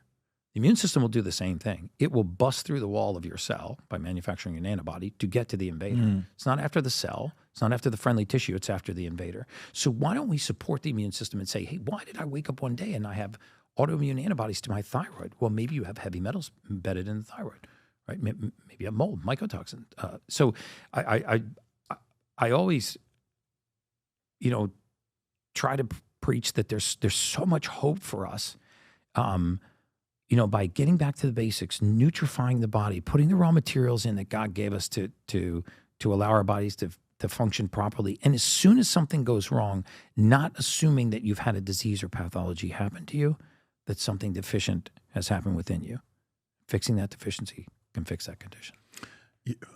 By the way, I can listen to you for 3 more hours, and we can go through a bunch of different things. When I was today, I saw some of the stuff, because the first time I heard about you was when you and Cardone started doing stuff together.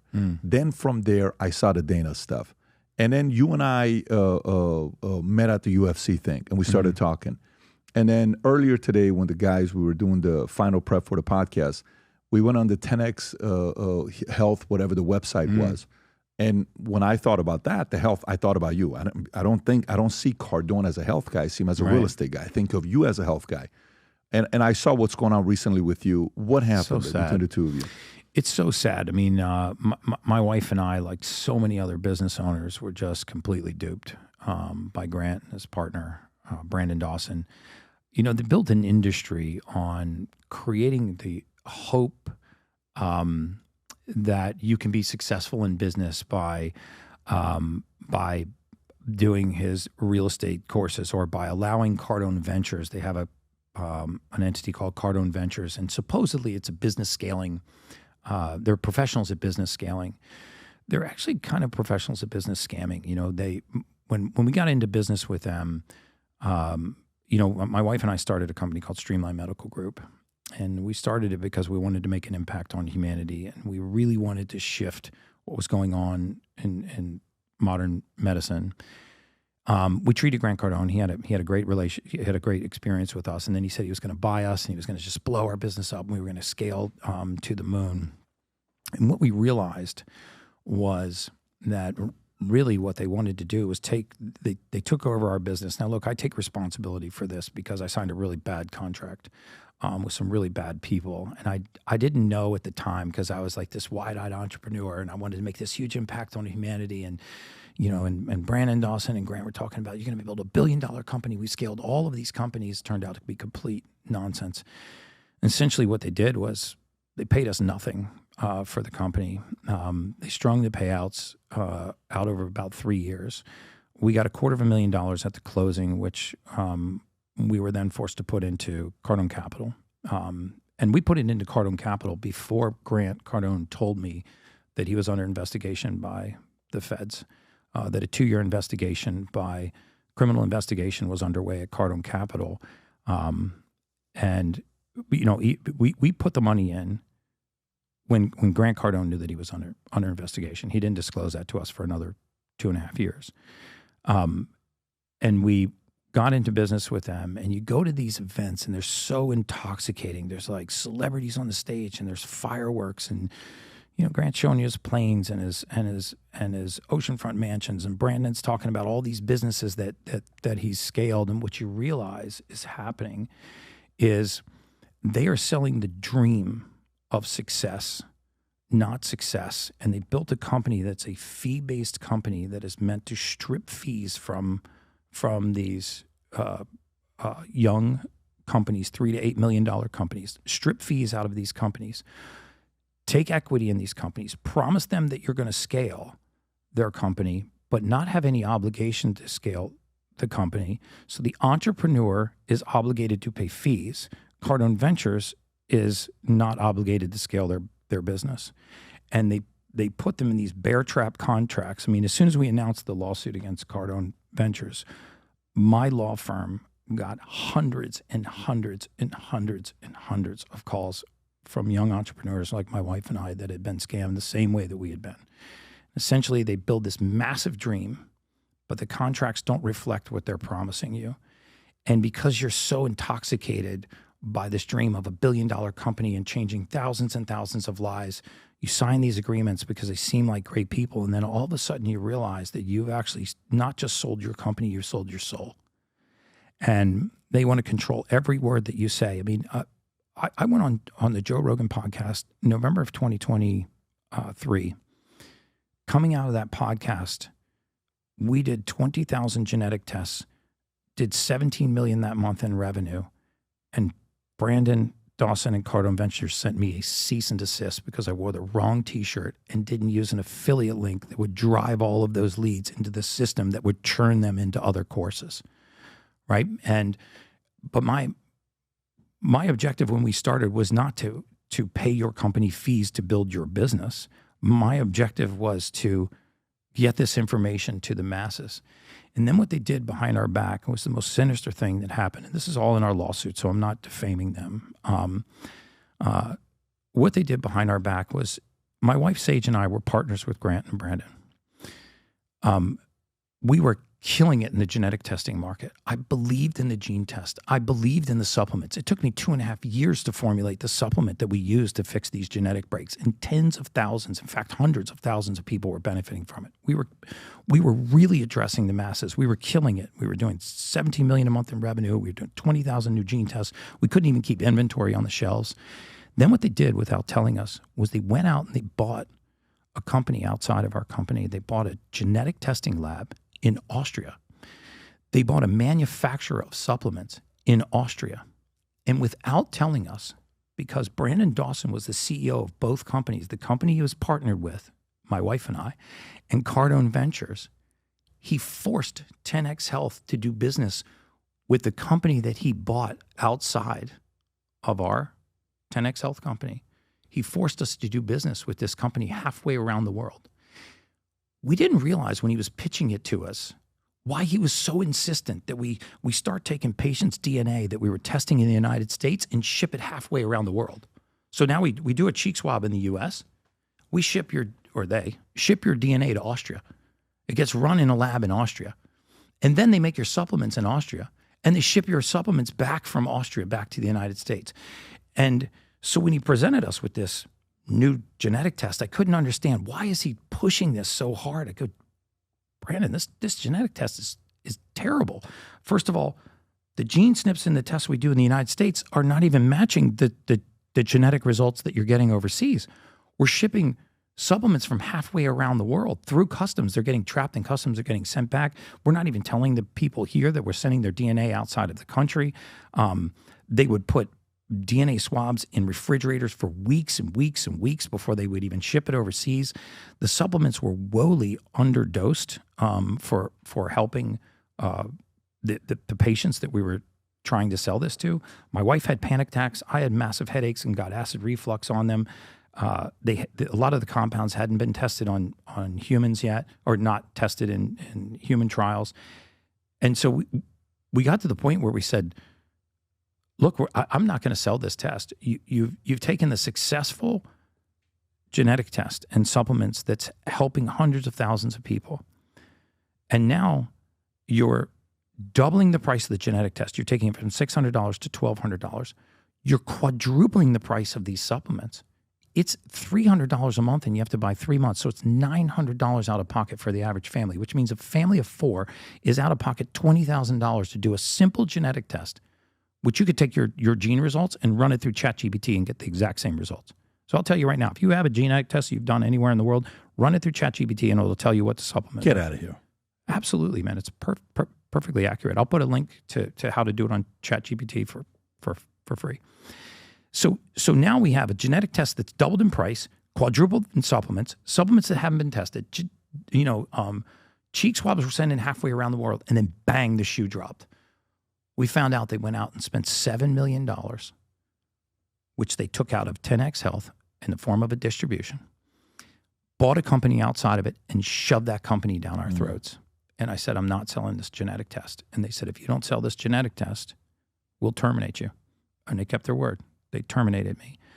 And they terminated my wife in a company that we sold our primary residence to start. And we didn't do everything perfectly.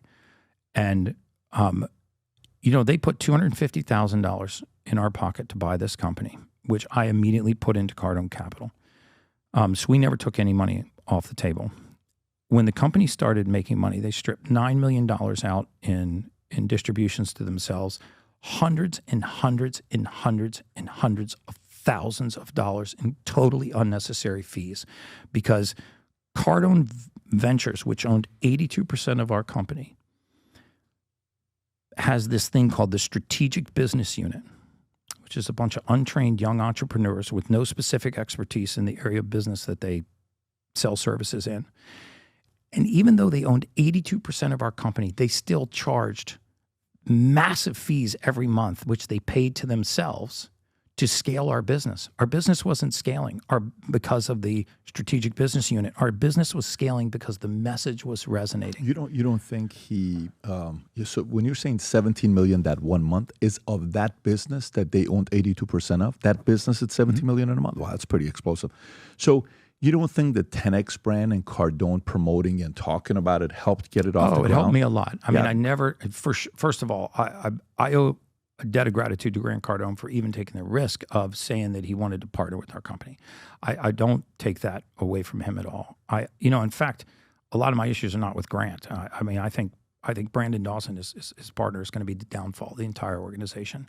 I think So you and Grant are good. You don't have issues with Grant. I don't have real issues with Grant. I mean, he's got a few issues with me because I left. I mean, basically they said either sell this test or we terminate you. And I said, I'm not selling the test. I am not going to use my reputation to shove this thing down the throats of patients that I care about. Some of the clinicians that have been in my business since we started that business, some of the employees that are there, some of the practicing clinicians are some of the best people in the entire world. You want to hear something amazing? So they what is that, Rob? They're now launching the so on January 4th, I have the Ultimate Human. It's my podcast. They went out on January 4th and bought ultimatehuman.com. I have the Ultimate Human. They bought ultimatehuman.com, and now they're launching Ultimate Human Analysis. The 10X brand has been so damaged and so destroyed, and it had. Look at that. See any similarity between that logo and this logo? That's Cardone Ventures. Are you serious? That's Cardone Ventures. Are you joking or are you serious? I wish I was joking. They just started this. Yeah. So Brandon Dawson went out while I was his business partner in March of 2024, while we were still business partners, while Sage and I were running our podcast and feeding leads to 10X Health and boosting 10X Health. Brandon Dawson went out and bought a trademark from a doctor, a trademark called Ultimate Human Analysis. Never even told us. We found out he bought the trademark a few months later, and he goes, I bought this trademark to protect you guys. And we're like, well, why would you buy an Ultimate Human trademark? I've got the Ultimate Human podcast. He goes, yeah, I brought it to protect you guys. So he went out and bought this trademark, sat on it. I sued him on the 26th of December. On the 28th of December, he went out and bought, in the name of that trademark, he bought the social media domains, Ultimate Human Analysis. Then on January 4th, a few weeks into our lawsuit, he bought ultimatehuman.com, and now he's starting Ultimate Human Community, the Ultimate Human. Look at the font, look at the coloring, look at the letters. The brand has been so tarnished that Grant and Brandon just dropped the 10X brand like a stone, and now they're chasing the, obviously the Ultimate Human brand. We'll see how it goes. But it's just a sad story, man, because I really believed what those guys said. I believe what I heard from the stage. It was a horrible experience. I at the time where we knew we could no longer do business with them, I told Grant we wanted out, and he said, I don't even like the space anyway. Why don't you guys make me an offer to buy my shares? And so my wife and I ran around Wall Street, trying to raise money. We raised about $75 million. And I asked Grant to play backgammon one night, and I went up there and I said, look, we need to have a divorce. I don't want it to be a public divorce. I don't want to hurt the patients. I don't want to hurt the clients. I certainly don't want to hurt the employees that were with me from the beginning, these clinicians that have been with me from the beginning. Some of the most intentional, good people, really good practitioners are still on the deck of that ship. And I made him an offer. He seemed excited about the offer. He went to his partner, Brandon Dawson. Brandon was like, absolutely not. It's Gary trying to steal the business. And I said, look, just so that you know that this is an honest offer, I will not only pay you this valuation for your shares, but you can also buy my wife and I out at the same valuation. So, it's either we do it to you or you do it to us. I'll either buy your 82% out at this valuation, and at the time I offered them $65 Your million. 18% they could buy at the $75 million valuation. At the $65 million valuation. So they could buy me, our 18%, and have the entire company, or we would buy their majority interest. They said, it's too little for you to buy our shares, and it's too much for us to buy your shares. So in other words, we don't think you're giving us enough money, but it would be too much. That valuation would be too much for your shares.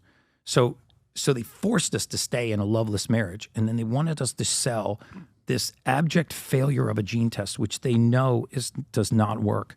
They try to hire celebrities and influencers to shove this test down people's throats. The market is picking up on the inauthenticity of the messaging, because the intention, when it becomes solely to make money and not, the intention is not to help people with their well-being, the rate of collapse was just cataclysmic. And so, I mean, it's sad, but so then we ended up in litigation. I thought you guys were, because this business it's not a business I'm interested in getting into because there's too many technicalities to it. And I leave it to the experts to do what they want to do with this. Trust me, like right now we have a guy that wants to do a big sponsorship for one of our events. And I cannot tell you how many questions we're asking before we take sponsorship money. We don't even take sponsorship money the last 18 months. We gave away $6 million because we're just not doing it on the podcast because of that specific reason. But I thought for sure you guys were going to work together for many years. I thought so too. And do great things. And it's unfortunate to hear because I think his strength of marketing and just driving and your ability to go out there and present, and you come across very likable, trusting. You just said, sometimes I've made mistakes when I said this, so it I've definitely made mistakes. No, but what I'm saying is your approach gets me and others to say, okay, I'm willing to give this guy a shot and listen to him, especially if somebody doesn't know who you are. They haven't spent time with you. But I thought you guys were going to do big things together. It's unfortunate I thought so too. that happened. Here's the thing. We were doing big things together. What we were doing was working. It was the incessant level of greed that they said, we're going to take what's actually really working, what's scaling, and what is helping the masses, and we're going to buy a new company for ourselves. We're going to hold it for ourselves, and we're going to force all of this deal flow that all of these people that are coming into the funnel that were largely coming from like the podcast and stage talks and everything else, and yes, I will say Grant Cardone did a lot to elevate my awareness, and I owe him a debt of gratitude for that. But then, greed just takes over, and you say, well, we're making $17 million a month. We could make $50 million a month if we double the price of the test, if we owned the genetics company, if we owned the supplements, if we quadrupled the price of the monthly supplements, and Gary will just shove it down their throat. And then they ran into a brick wall. I said, listen, man, you bought our company, you didn't buy our soul.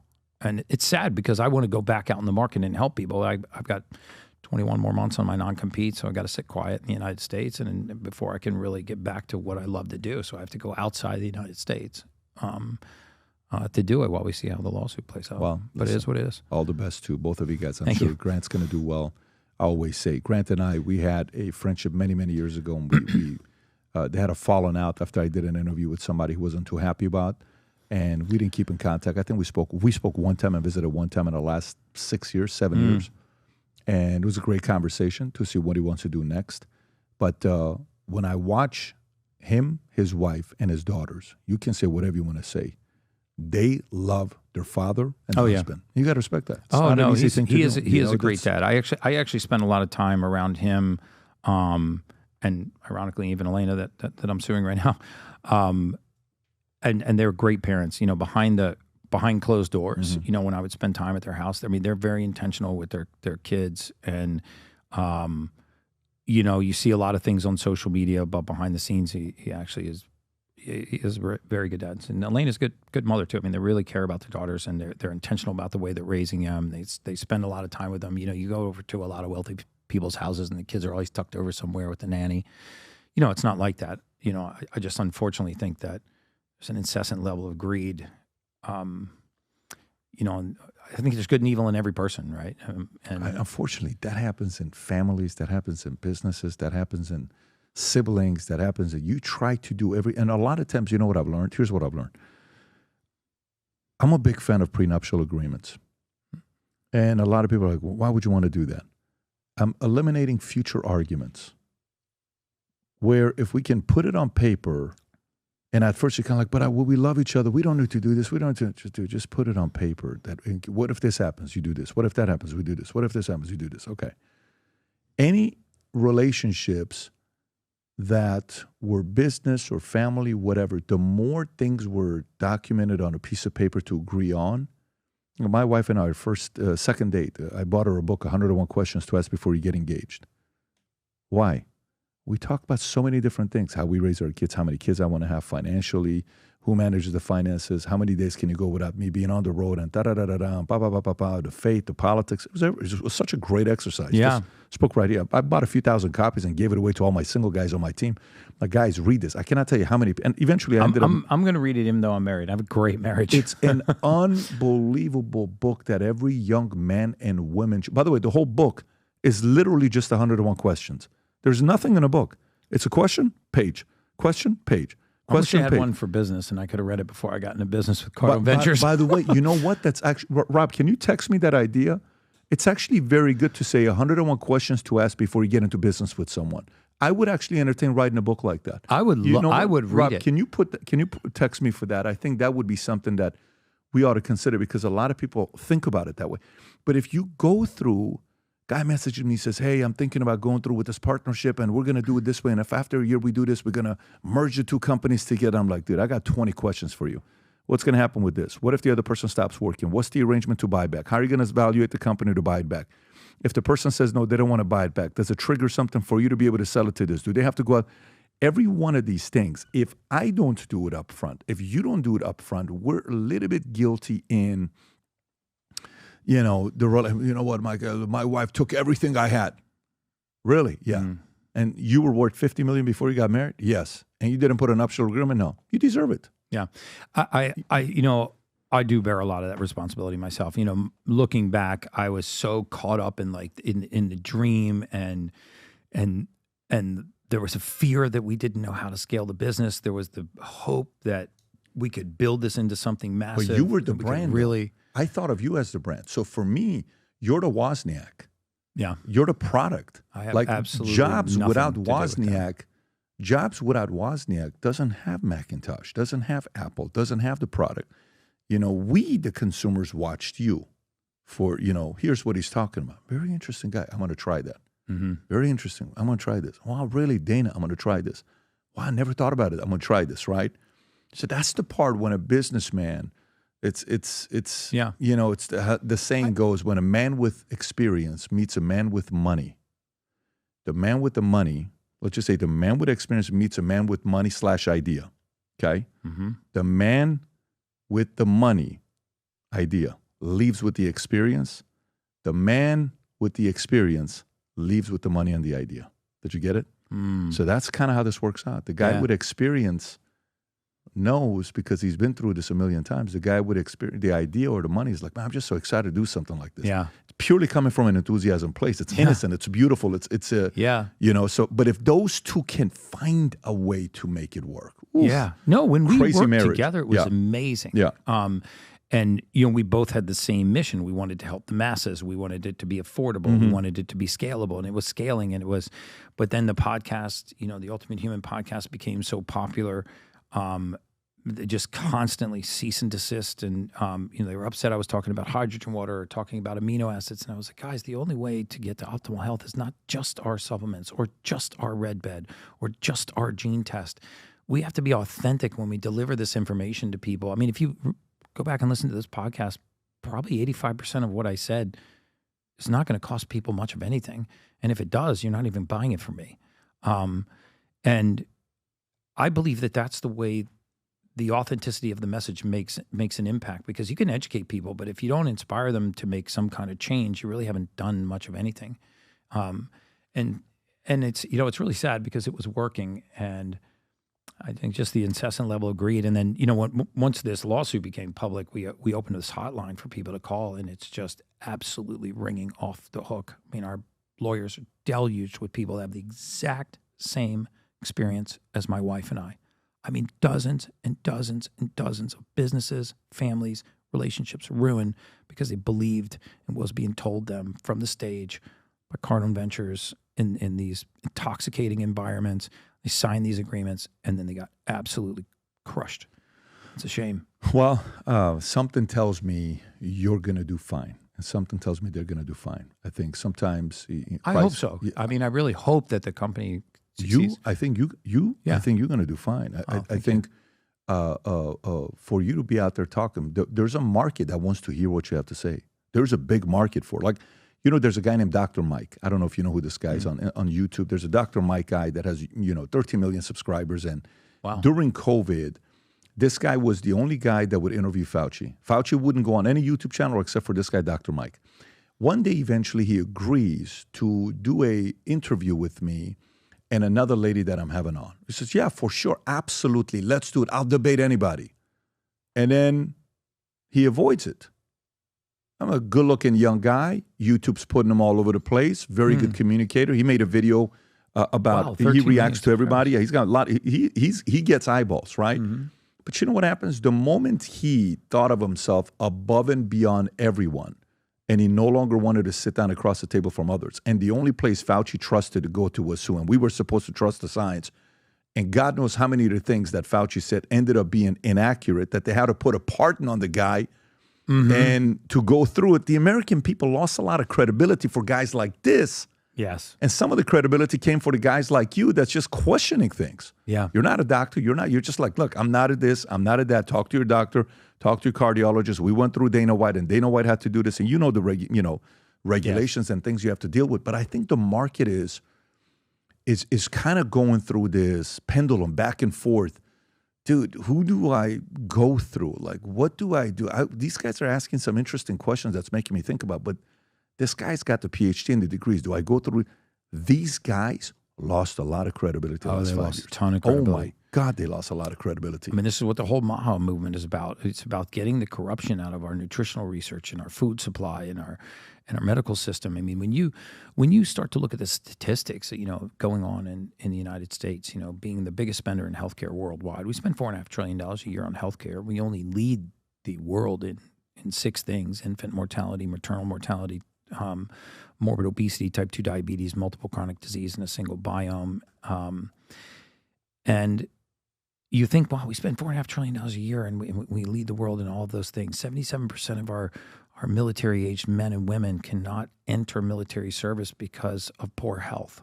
I mean, that's Department of Defense statistics. 13% of teens are suffering from fatty liver disease. 30% of them are morbidly obese.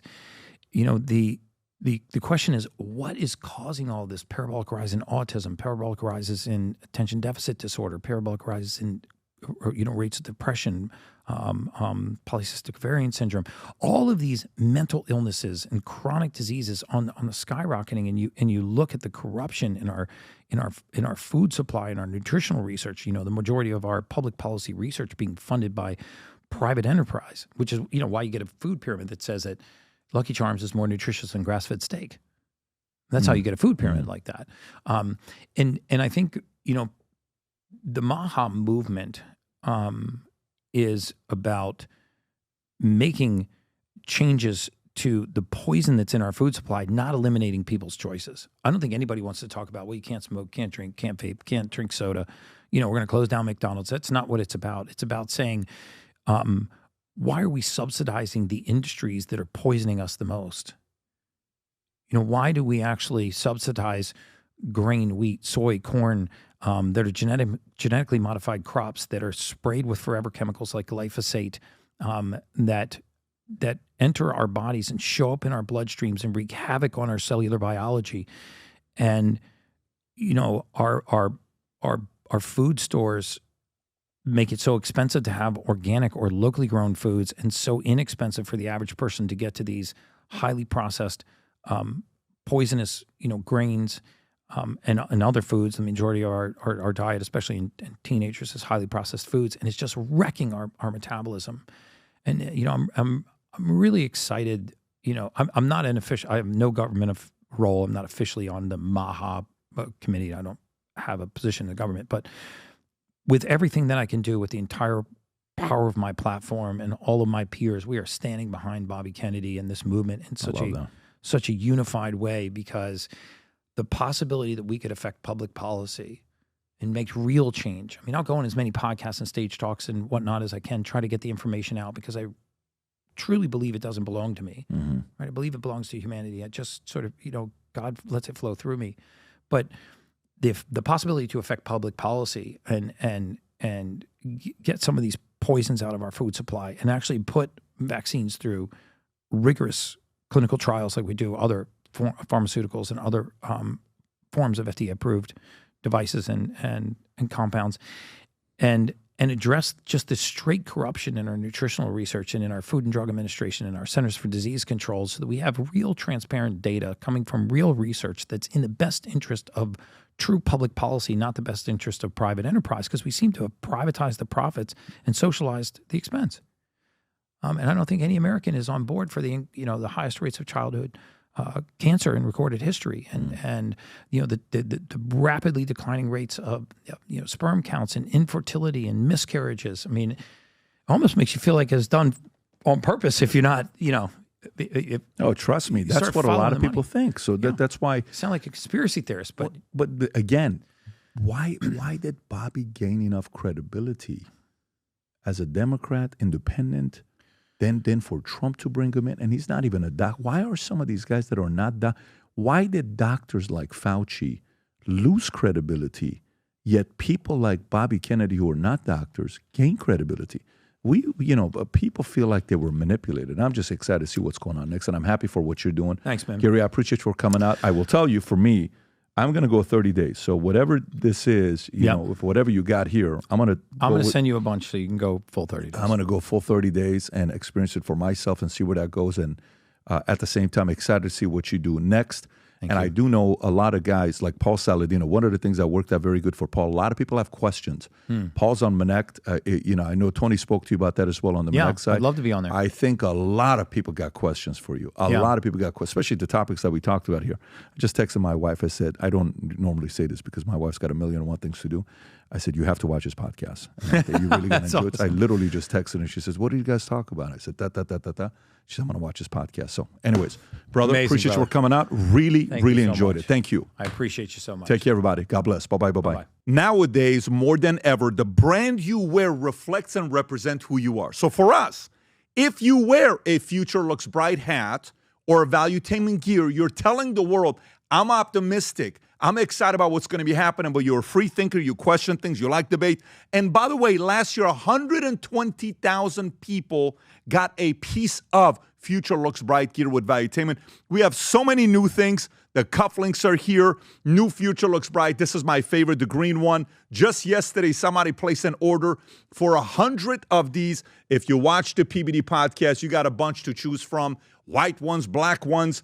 If you smoke cigars and you come to our cigar lounge, we have this high quality lighter cutter and a holder for the cigars. We got sweaters with the Valuetainment logo on it. We got mugs. We got a bunch of different things.